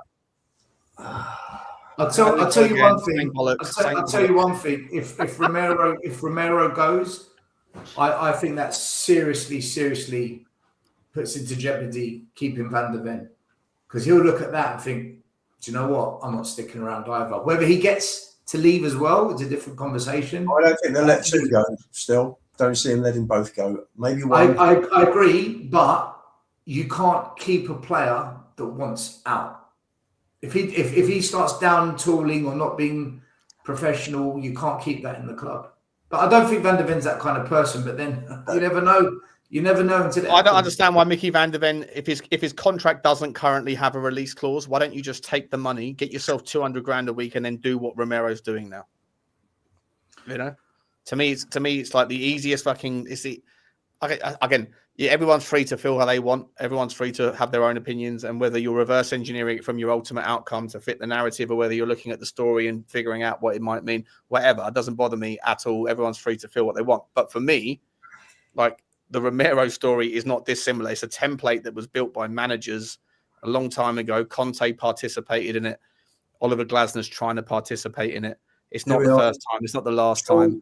Romero made comments last season. Hang on. Romero made comments last season, Sean, as well. What's that? One football. Why Luka Modric has moved from Tottenham to Chelsea in 2011. Romero made comments last season as well. What's that? What does that mean, Ian? No, I'm saying Modric has revealed the backstory behind his failed transfer from Tottenham to Chelsea back in the summer of 2011. He wanted to leave Spurs for West London as he looked to match his ambitions with a side fighting for titles at the top of the Premier League and in Europe. I would like to go to Chelsea. A lot of players would like to go there and play for Chelsea because he's one of the best clubs in the world. And so do I. I would like to play there, but we will see what will happen, Modric said back in 2011. Chelsea had several bids rejected for Modric as Spurs owner Daniel Levy refused to budge and sell to the Blues. And it ended out that he didn't make the desired switch to Stamford Bridge that saw them win the Champions League at the end of the new season in 2012. It was in his autobiography. It was in his autobiography that was released in August 20. Okay, fair enough. What a great decision that was. He should be ringing up Daniel Levy and thanking him now, because if he had let him go, he'd have been at Chelsea and not at Real Madrid, having the most glittering career turning up at Real Madrid and being hailed as the worst ever signing for Real Madrid to then go on to become a legend. Wouldn't have happened. If you want the receipts, I apologise. But if you were going to give me like, I heard this from someone who was attached to the club, then I wasn't going to listen to it because you don't know anyone. Guys, I apologise if it's a quote from the horse's mouth. Fair enough. I apologise. I'm in the mud for that one. Let me play a little self-mudding song quickly. Where is it? There we go. Surely. Mud, mud, mud for you. You're always in the mud. You didn't think it could be true, and now you're in the mud. There you go. There you go, Lumo. All right, guys, listen. Let's play. Let's do the last 10 minutes. Manchester United on the weekend. We have a big game against a team that's 3 on the bounce. We're going away to their gaff. We've got a decent record against them, though, lads. You know, we have owned Manchester home and away for quite a few years. Who wants to go first? Stella, I don't think I've come to you first for a moment, mate. So, Manchester United, I know what you're going to say already, but I'd like you to spill it out for us, mate. What's going to happen? What am I going to say? You saying that United are going to smash us? I don't think they're going to smash us. They'll beat us. They're not going to smash us. Okay. Yeah. They've not lost in the last 5 games. They've drawn 2, won 3. We haven't won in the last 5. Well, we haven't lost in the last 4 still. We're 4 unbeaten, mate. We haven't won in the last 5 games. I mean, look, if you want to celebrate draws, then go for it. You know, green shoots and all that, 1 point, 0 points. I mean, that's the standards of the club. But still, Dortmund, Frankfurt, right, 4 games. Listen, since Solanke's been back, we're unbeaten. There you go. Yeah, we haven't won either. So for me, I look at Tottenham in the league. I think we're absolute dog shit. I don't look at green shoots as getting a draw. I look at green shoots as getting 3 points on the board. I look at Man United, the last 3 games, they've got an approach to the game that suits the players. There's players that were left out under Amrim that are now back in the squad. He's getting the best out of the strikers, even Tesco scoring goals. So I think we're going to a different Man United. I know Sean believes it's like a purple patch of bounce. I don't. I think Carrick is doing a good job, and I think it's going to continue. We'll go up there and give ourselves a good account because away from home, we seem to find a way. We've got a good away record. But on this occasion, I think this is the one where we're going to take an L. And I predict 3-1 to Man United. 3-1. Are you writing these down, yeah? Yeah. I've already written it down. 3-1. 3-1. People ask me to sing the song. It's too late to apologise. Yeah, sorry, I'm not apologising anymore to Luvo. Luvo, enjoy that moment, mate. I hope you drink it in, son. You'll never see anything like that again. No, Sean, there will come a time. I don't know whether it will be. Oh, shut up, in mate. the future. In the future, enjoy you your will moment. Don't apologise take the about piss. Levy. Enjoy your moment. Don't take the piss. Levy, my chairman. You will apologise to me about Levy. I'm telling you. No, I will never apologise. Levy was never the problem. Levy was never the problem. Don't take the piss. Don't push your luck. Okay, Sean, you had your little moment. Sean, Enjoy it. Sean, you need to pipe down because you've forgotten who's in charge of the clips this week. Yeah, of course. Yes. You're digging a hole, man. You're digging a hole. All I've got to say to you. All I've got to say to you. This is the only timestamp he's taken of the whole show. Yeah, I know. Yeah, I see that. He's written that one down. I haven't seen a pen in your hand all evening, Luvo, but that one's out there. 1 hour, 56 minutes. Yeah, I'll put this at 156. There you go. Listen, I don't mind owning it. Listen, everyone is wrong. Everyone is wrong occasionally. Yeah. If I'm wrong, I'll fucking own it. You know, mud it. I'm in the mud. Still, can you do the thumbnail for Sean apology? No, listen, let me do it. I'll do a better thumbnail than Stella. Or it could be. Okay. You've got to be doing those thumbnails now. Why don't you know how to? Why don't you know how to do the thumbnail? I will know. You need to know. That's the next thing. It's only been 8 months. It's only been 8 months. You do the thumbnail. Hang on, Sean. As Jose said, respect. Lubo, do you know what? If you go on ChatGPT He and also ask said- it to make you a thumbnail, right? ChatGPT will make you the thumbnail if you really have to. You really He also need to- said, "I am the special one." Lubo, you're special, but not the same. Not in the same way. You know? Respect. All right, listen. Stell's going for 3-1 in the Manchester United debacle. Johnny, what are you expecting this weekend? Look, they're playing with freedom, Manchester United. I think we can agree on that. Hammering's sort of rigid systems that didn't look like they allowed them to express themselves. Shooting from distance, something that pisses me off that Frank doesn't seem to allow our players to do. But they are definitely doing it. I think it's going to be a tough game. In fact, I'll be honest with you. Had we had a couple more players back, I would have fancied our chances. I was there last season when we won, I think, 3-0. It was. And Bruno Fernandes got sent off. That was 2 seasons ago. I was at that one. Was it 2? I think it was last year, wasn't it? It was last year. Yeah, last year he got sent off. It was like the three of us went up there for that one. Yeah. Yeah, you were in my car, mate. That's right. Wasn't it? I thought it was the first season. Didn't we beat them in the first? Did we beat them in the first season as well? Oh no, first season was 2-2. It was 2-2. Yeah, you're right. It was a Desmond. It was 3-0. But look, the thing is, they were as bad as us. But the sending off of Bruno Fernandes changed the game. But it seems to be that if Bruno and some of the others have got a spring in their step at the moment, playing Kobe Mainu and some of the others. Look, I'd like to think that Xavi Simons, the version of Xavi Simons we're starting to see now that appeared towards the end of the first half and definitely in the second half, can have an effect.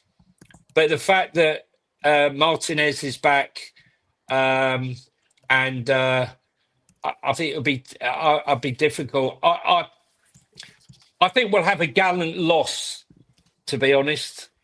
Even though I was thinking more of a draw, the more injuries that we've got and the doubts over probably a couple more, I'm going to go for a 2-1 Manchester United win. Even though I was originally going to go for a 2-2 draw. Can I quickly say something about Xavi Simons? When we played against Arsenal, I was worried about him because he was up against Declan Rice and Zubimendi and he didn't have a sniff. And then I also was worried when we played against Chelsea because he was up against Casemiro. Yeah. Not Casemiro, Caicedo. This game, he's up against an informed Casemiro. So if Xavi Simons is going to do anything in this game, he needs a top-level performance because Casemiro, he's found a bit of form. So yeah, he's on. I would say still, look, I haven't been massively impressed with Xavi. So one-footed at times, you know, I find it annoying. But to give him credit, if you look at his lower body from when he arrived to where he is now, leg size and the lights, he's obviously been working a lot on his strength. Whereas before, but players were just leaning on and he was going over. He's looking a lot more combative. One game is obviously, you know, doesn't tell us everything, but whether or not he continues to be stronger in the challenge, I think it's going to be very important. And as you quite rightly says, I think if he can shine in that midfield against Casemiro, Mainu and the likes, Bruno Fernandes, then we'll have a chance in the game. But if he gets overrun, then basically we're cutting off our life supply and there'll be nothing going through. I believe he broke the lines more than any player has done for Spurs this season against Manchester City with the passing. In fact, for quite a long time. So if he can manage to do that, then we've got a chance. But again, as you quite rightly say, if Casemiro gets the better of him, you might as well give it up. Listen, I don't think a lot of fans realise Man United's passing game under Carrick's completely different. They're actually they're a good passing team at the moment, and they move the ball quick. Yeah, they move it quick. Agreed. But do you not think a Heitinger? I mean, that's the one thing I said to Sean after the first game. I said it's too early, but are we moving the ball quicker? Are our transitions better? I know we didn't see that in the first half against Manchester City. It was disgraceful, but it seemed to have woken up. Do you think Heitinger has had any influence on Spurs' transition and passing in these 4 or 5 games since he's been there? Because I feel like I've seen something that's different to what we were seeing before. I don't know. Heitinger is the only person above the players in all the levels above the players, going all the way up to the owners. He's the only one who's won anything, I think, in the club. The only one who can actually teach them about a winning mentality. So, yes, I think he has, Johnny. I do. I agree. I believe. What's your score prediction, Johnny? I'm going to go 2-1 Man United. With trepidation. I would have bet £1 million that you would have said 2-1. Yeah, but Lubo, do you know what? I can't buy into that. He's a winner. He was dog shit as the manager of Ajax. Absolutely atrocious. He was advised not to take the Where's job. Where's that He was winning? advised. Hang on, He wasn't there for very long. Context, Stel. He was advised. No, hang on a second. He was advised by his management team, do not, under any circumstances, take this job. I know you want to take it for nostalgia's sake because you've come through the ranks, but it is a shit show and it is a lose-lose situation. Do not take it on. His agent said it. It's been widely reported, and he took it against his will. Tottenham's a shit show. Tottenham's a shit show. Yes, but I'm just saying. He's not the man in charge, though, is he? He's the man behind the scenes. It's a little bit easier. Yeah, he's coaching at Tottenham. Just like Rob. He was Rob McKenzie is the guy that gets away with murder every day. He was crap with the under-21s at Ajax as well. Listen, he was respected at Liverpool. Ask anyone at Liverpool, right? Done a bit of digging around. Ryan Mason was respected at Spurs. I'm saying he did good work there, right? Anyway, let's not get stuck into. I'm on the fence with Heitinger. Fair enough. I'm on the fence. Lubo, I'll wait for you. No, I'm the host. I'm asking you. No, listen, you're 5 clear, so you're come on. I'm clear, exactly. So I've got absolutely nothing to worry about. So what's your score prediction? Why don't you go before me? Come on. I know what I'm going to go for. Man United 2, Tottenham Hotspur 3. Oh, fucking idiot. You got to think, listen, I'm 5 points behind. I've got to think outside the box here. Lubo, what was that? We're going to win 3-2. Is that what you said? 3-2. Do you know what? I hope you're right. I hope I'm right. I hope you're right as well. Listen, I will take a 3-point swing for you to be right on this one. 100%. So will everyone. I think you're an absolute delusional donut because I don't see us. But listen, Sean, don't talk too much. You could be in the mud again on Monday. In the mud again. Listen, enjoy your little moment. Enjoy your moment, Lubo. I've known you for 2.5 years. It's the first time you've ever had a gotcha on Butler. Johnny's in the mud.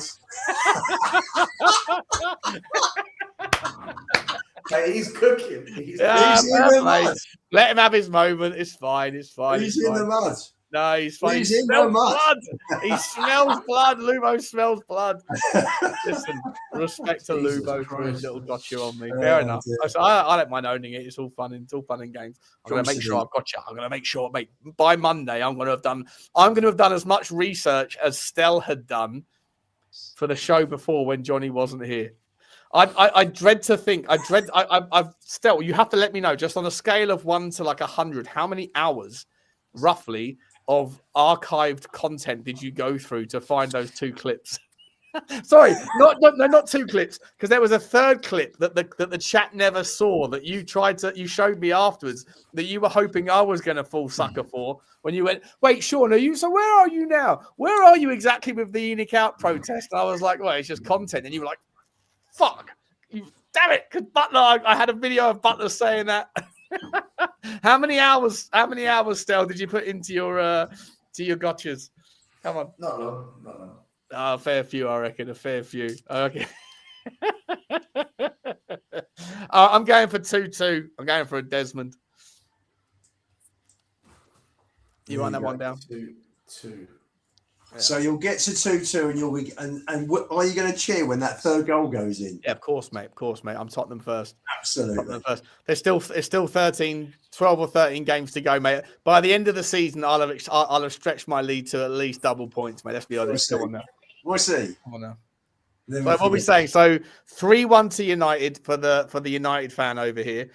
Johnny's saying 2-1 to United, a close one. I'm going 2-2, and Lubo's saying 3-2 to Tottenham. Interesting. All right, guys. We've got some super chats to round off with. Big up to everyone tonight. It's been fun. Ant from London says, hiring and retaining trash personnel, not signing quality, no change to wage structure, undermining and humiliating fans, showing zero ambition, just pure negligence and incompetence, ENIC out or nothing. Big up to you, mate. Big up to you, buddy. I don't know what the fans need to do more then, don't they? They need to figure out a way to make the digital opinions. Fans aren't going to do anything. Fans aren't going to do anything. It's over. Fans aren't going to do anything. Their last chance is to monetize the movement and get some actual organisation behind it, but I'm not sure if they will. We'll find out. Big up to you, and thanks very much, man. I appreciate the super chat, mate. Very generous. Kent Overwagines. I'm not sure how to say your name, mate. Big up to you, Kent. Hey, if you want your opinion or your question answered, can Xavi play in an attacking 8 position when Kulu comes back? We actually haven't even discussed that really. How do you accommodate Maddison, Xavi, and Decky in a world where everyone's fit? You know, I listened to Sava's show earlier. With 2 number 10s. You play with 2 number 10s, like I said. To play with 2 10s. In what? In a back 4 model? No, in a 3-5-2.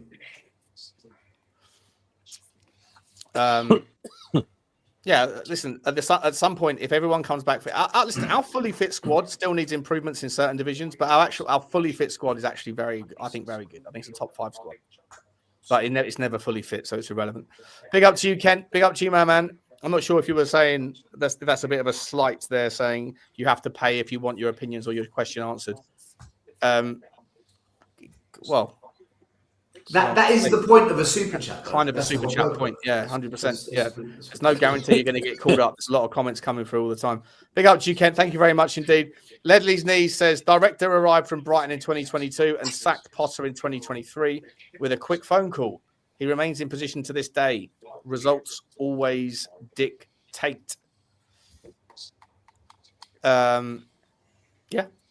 Do you know what? One name that was never ever mentioned when we were talking about who the managers are free, and it never ever came. No, I don't want him, just to make this clear, but there was no one available, and there's only X, Y, and Z.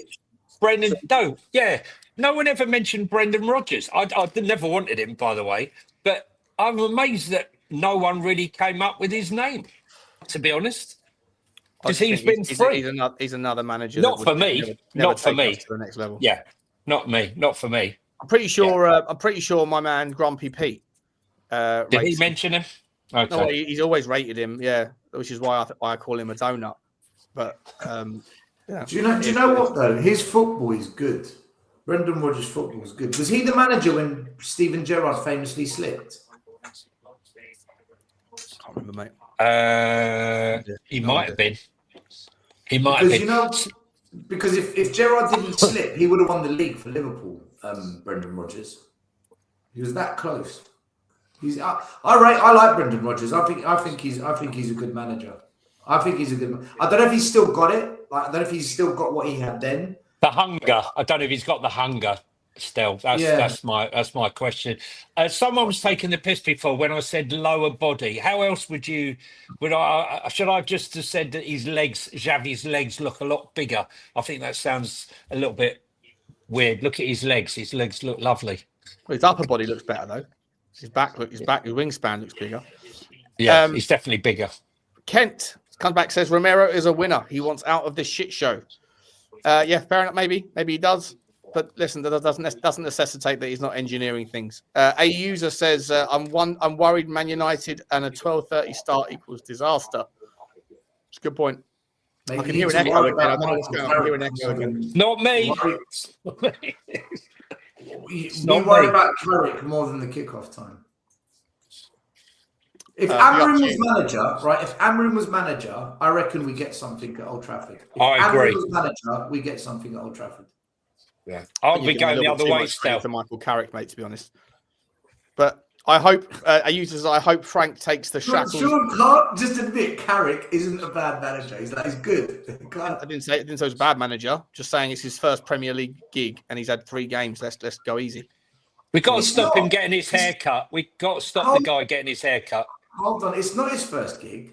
He took over when Ollie got sacked, and he won 3 in a row then as well. Okay. Am I mudded again? In the mud. God. Mud for you. You're always in the mud.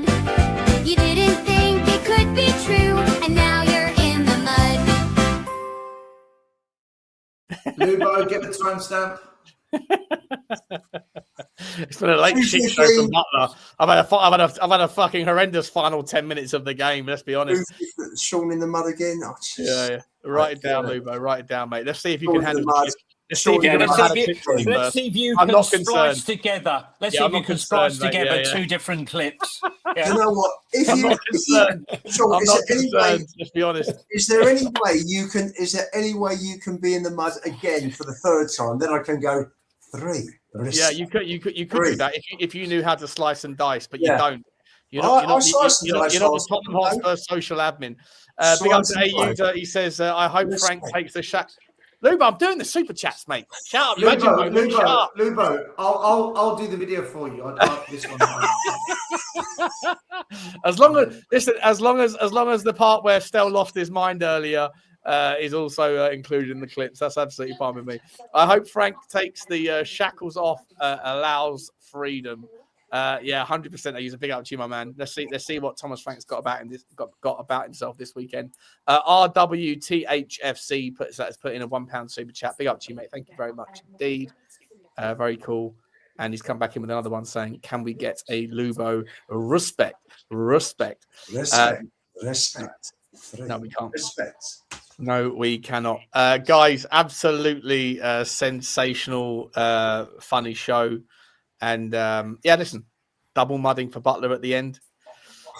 Learn your history. If you know your history, it's enough to make the mud go. Whoa. Obviously, I forgot these certain things. Anyway, guys, love you all. Just had a text from my pal Graham, who's a gooner, who just put delusional donut after I said 3-2 Tottenham. Graham, Arsenal haven't won the league yet, mates. Don't count your chickens. I bet he's absolutely quaking in his boots. Yeah, he's really worried. He's really worried. I'm going to have to create a jingle, like the segment of the show where Lubo brings in his friends from his local, I don't know, fucking, from his local, like whatever he gets up to, the gentleman's club. I don't know, wherever you meet these people, mate. Good luck to you. Stel, when's Spurs Corner on next? It was yesterday, every Wednesday. Can I? Do you know what? That Man City game, very quickly. That Man City game. Watching Man City play, I wasn't impressed by them. The first half, we gave it to them. We absolutely just played into their hands. They didn't even play brilliantly. They weren't wow. I think there's no way City are catching Arsenal. You know, they're just not. They're just not good enough this year. They're not good enough for Man City. Newcastle had 3 1-on-1s, didn't they? Wednesday. Yesterday. Newcastle had 3 1-on-1s, I think, during the match. Yeah. They got into them. But even yesterday, like Arsenal did fuck all yesterday. They were boring as hell. They still win it 1-0. They still get the result, and they're going to win the league, man. They're going to do it. It's a tragedy. Still shows Absolute every tragedy. Wednesday. Johnny, when are we back? We're back tomorrow, Sean. I'm willing to get up at 7 in the morning or 8 in the morning to do like a lunchtime show. If you're available, Speak to you Friday after. predictions. Got to do Speak to you something. afterwards. Squeeze All right. it in.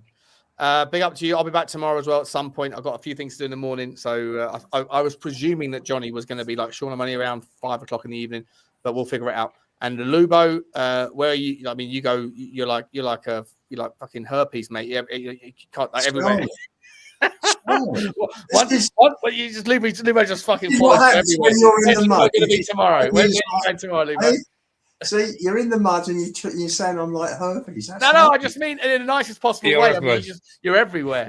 You're like the body blue streaming, mate. Well, I've got to tell you something, Johnny, when I came in on your joint show with Sean yesterday, your face was a picture. He wasn't It was- happy. He It wasn't was the happy. greatest. I wish I could have captured your face when I came in by the Sean back said door. to by me, the back Sean room. said to me, it's your face. I was just in the middle of mid-sentence about Yeah. that. It And I completely went, and I threw. was going, Johnny. Because I thought I was on Football Inc. and we've never had a guest. Well, we've had one guest ever on Football There we Inc. go. And that was arranged. So Yeah, you- so and you never- it's taken 8 months to arrange, and then Lubo just fucking pops up. So you never know. Hi, everybody. You never know when I might come in on Football Link next. Or the Spurs Talk the Show. problem. It's the That's problem, what Johnny. I'm Johnny's almost going to say, like, listen, Sean, let's pay the extra 200 quid to get Lubo a separate login for StreamYard, so he can't get in the other way. Back What to I- what I Lubo's will going to do, backdoor I'll be- again. I'll be in the back room and I'll have the music playing. Mud in the mud. Sean is in the mud. Enjoy your moment. All right, guys, listen, we're going to leave it there. We're going to hand you over to Lukey from Spotlight Spurs. I think he's got who's he got on there? I think he's got Ricky Sachs and Billy T on. So it'll be a good chat. Go and say hello, smash Spurs 5 raid, or put Sean in the mud or something. Wherever you want to commemorate it tonight, I don't mind. I'll let Lubo have his moment. Appreciate everybody. We'll see you tomorrow across the channels. And as always, come on, you Spurs. Can't wait for you Spurs. Can't wait for Roger. the video compilation of Roger. Spurs 5 on Monday nights. Lubo thinks he's had a fucking blinder tonight, doesn't he? Yeah, he's so happy. You gotta laugh. I tell you something with this club, if you don't laugh, you cry, don't you? So Yeah. 100%. All right, guys, smash the Spurs See you later. 5 raid on over to Lukey's. You go. See you later. Have a good night. Bye. shut up. Bye.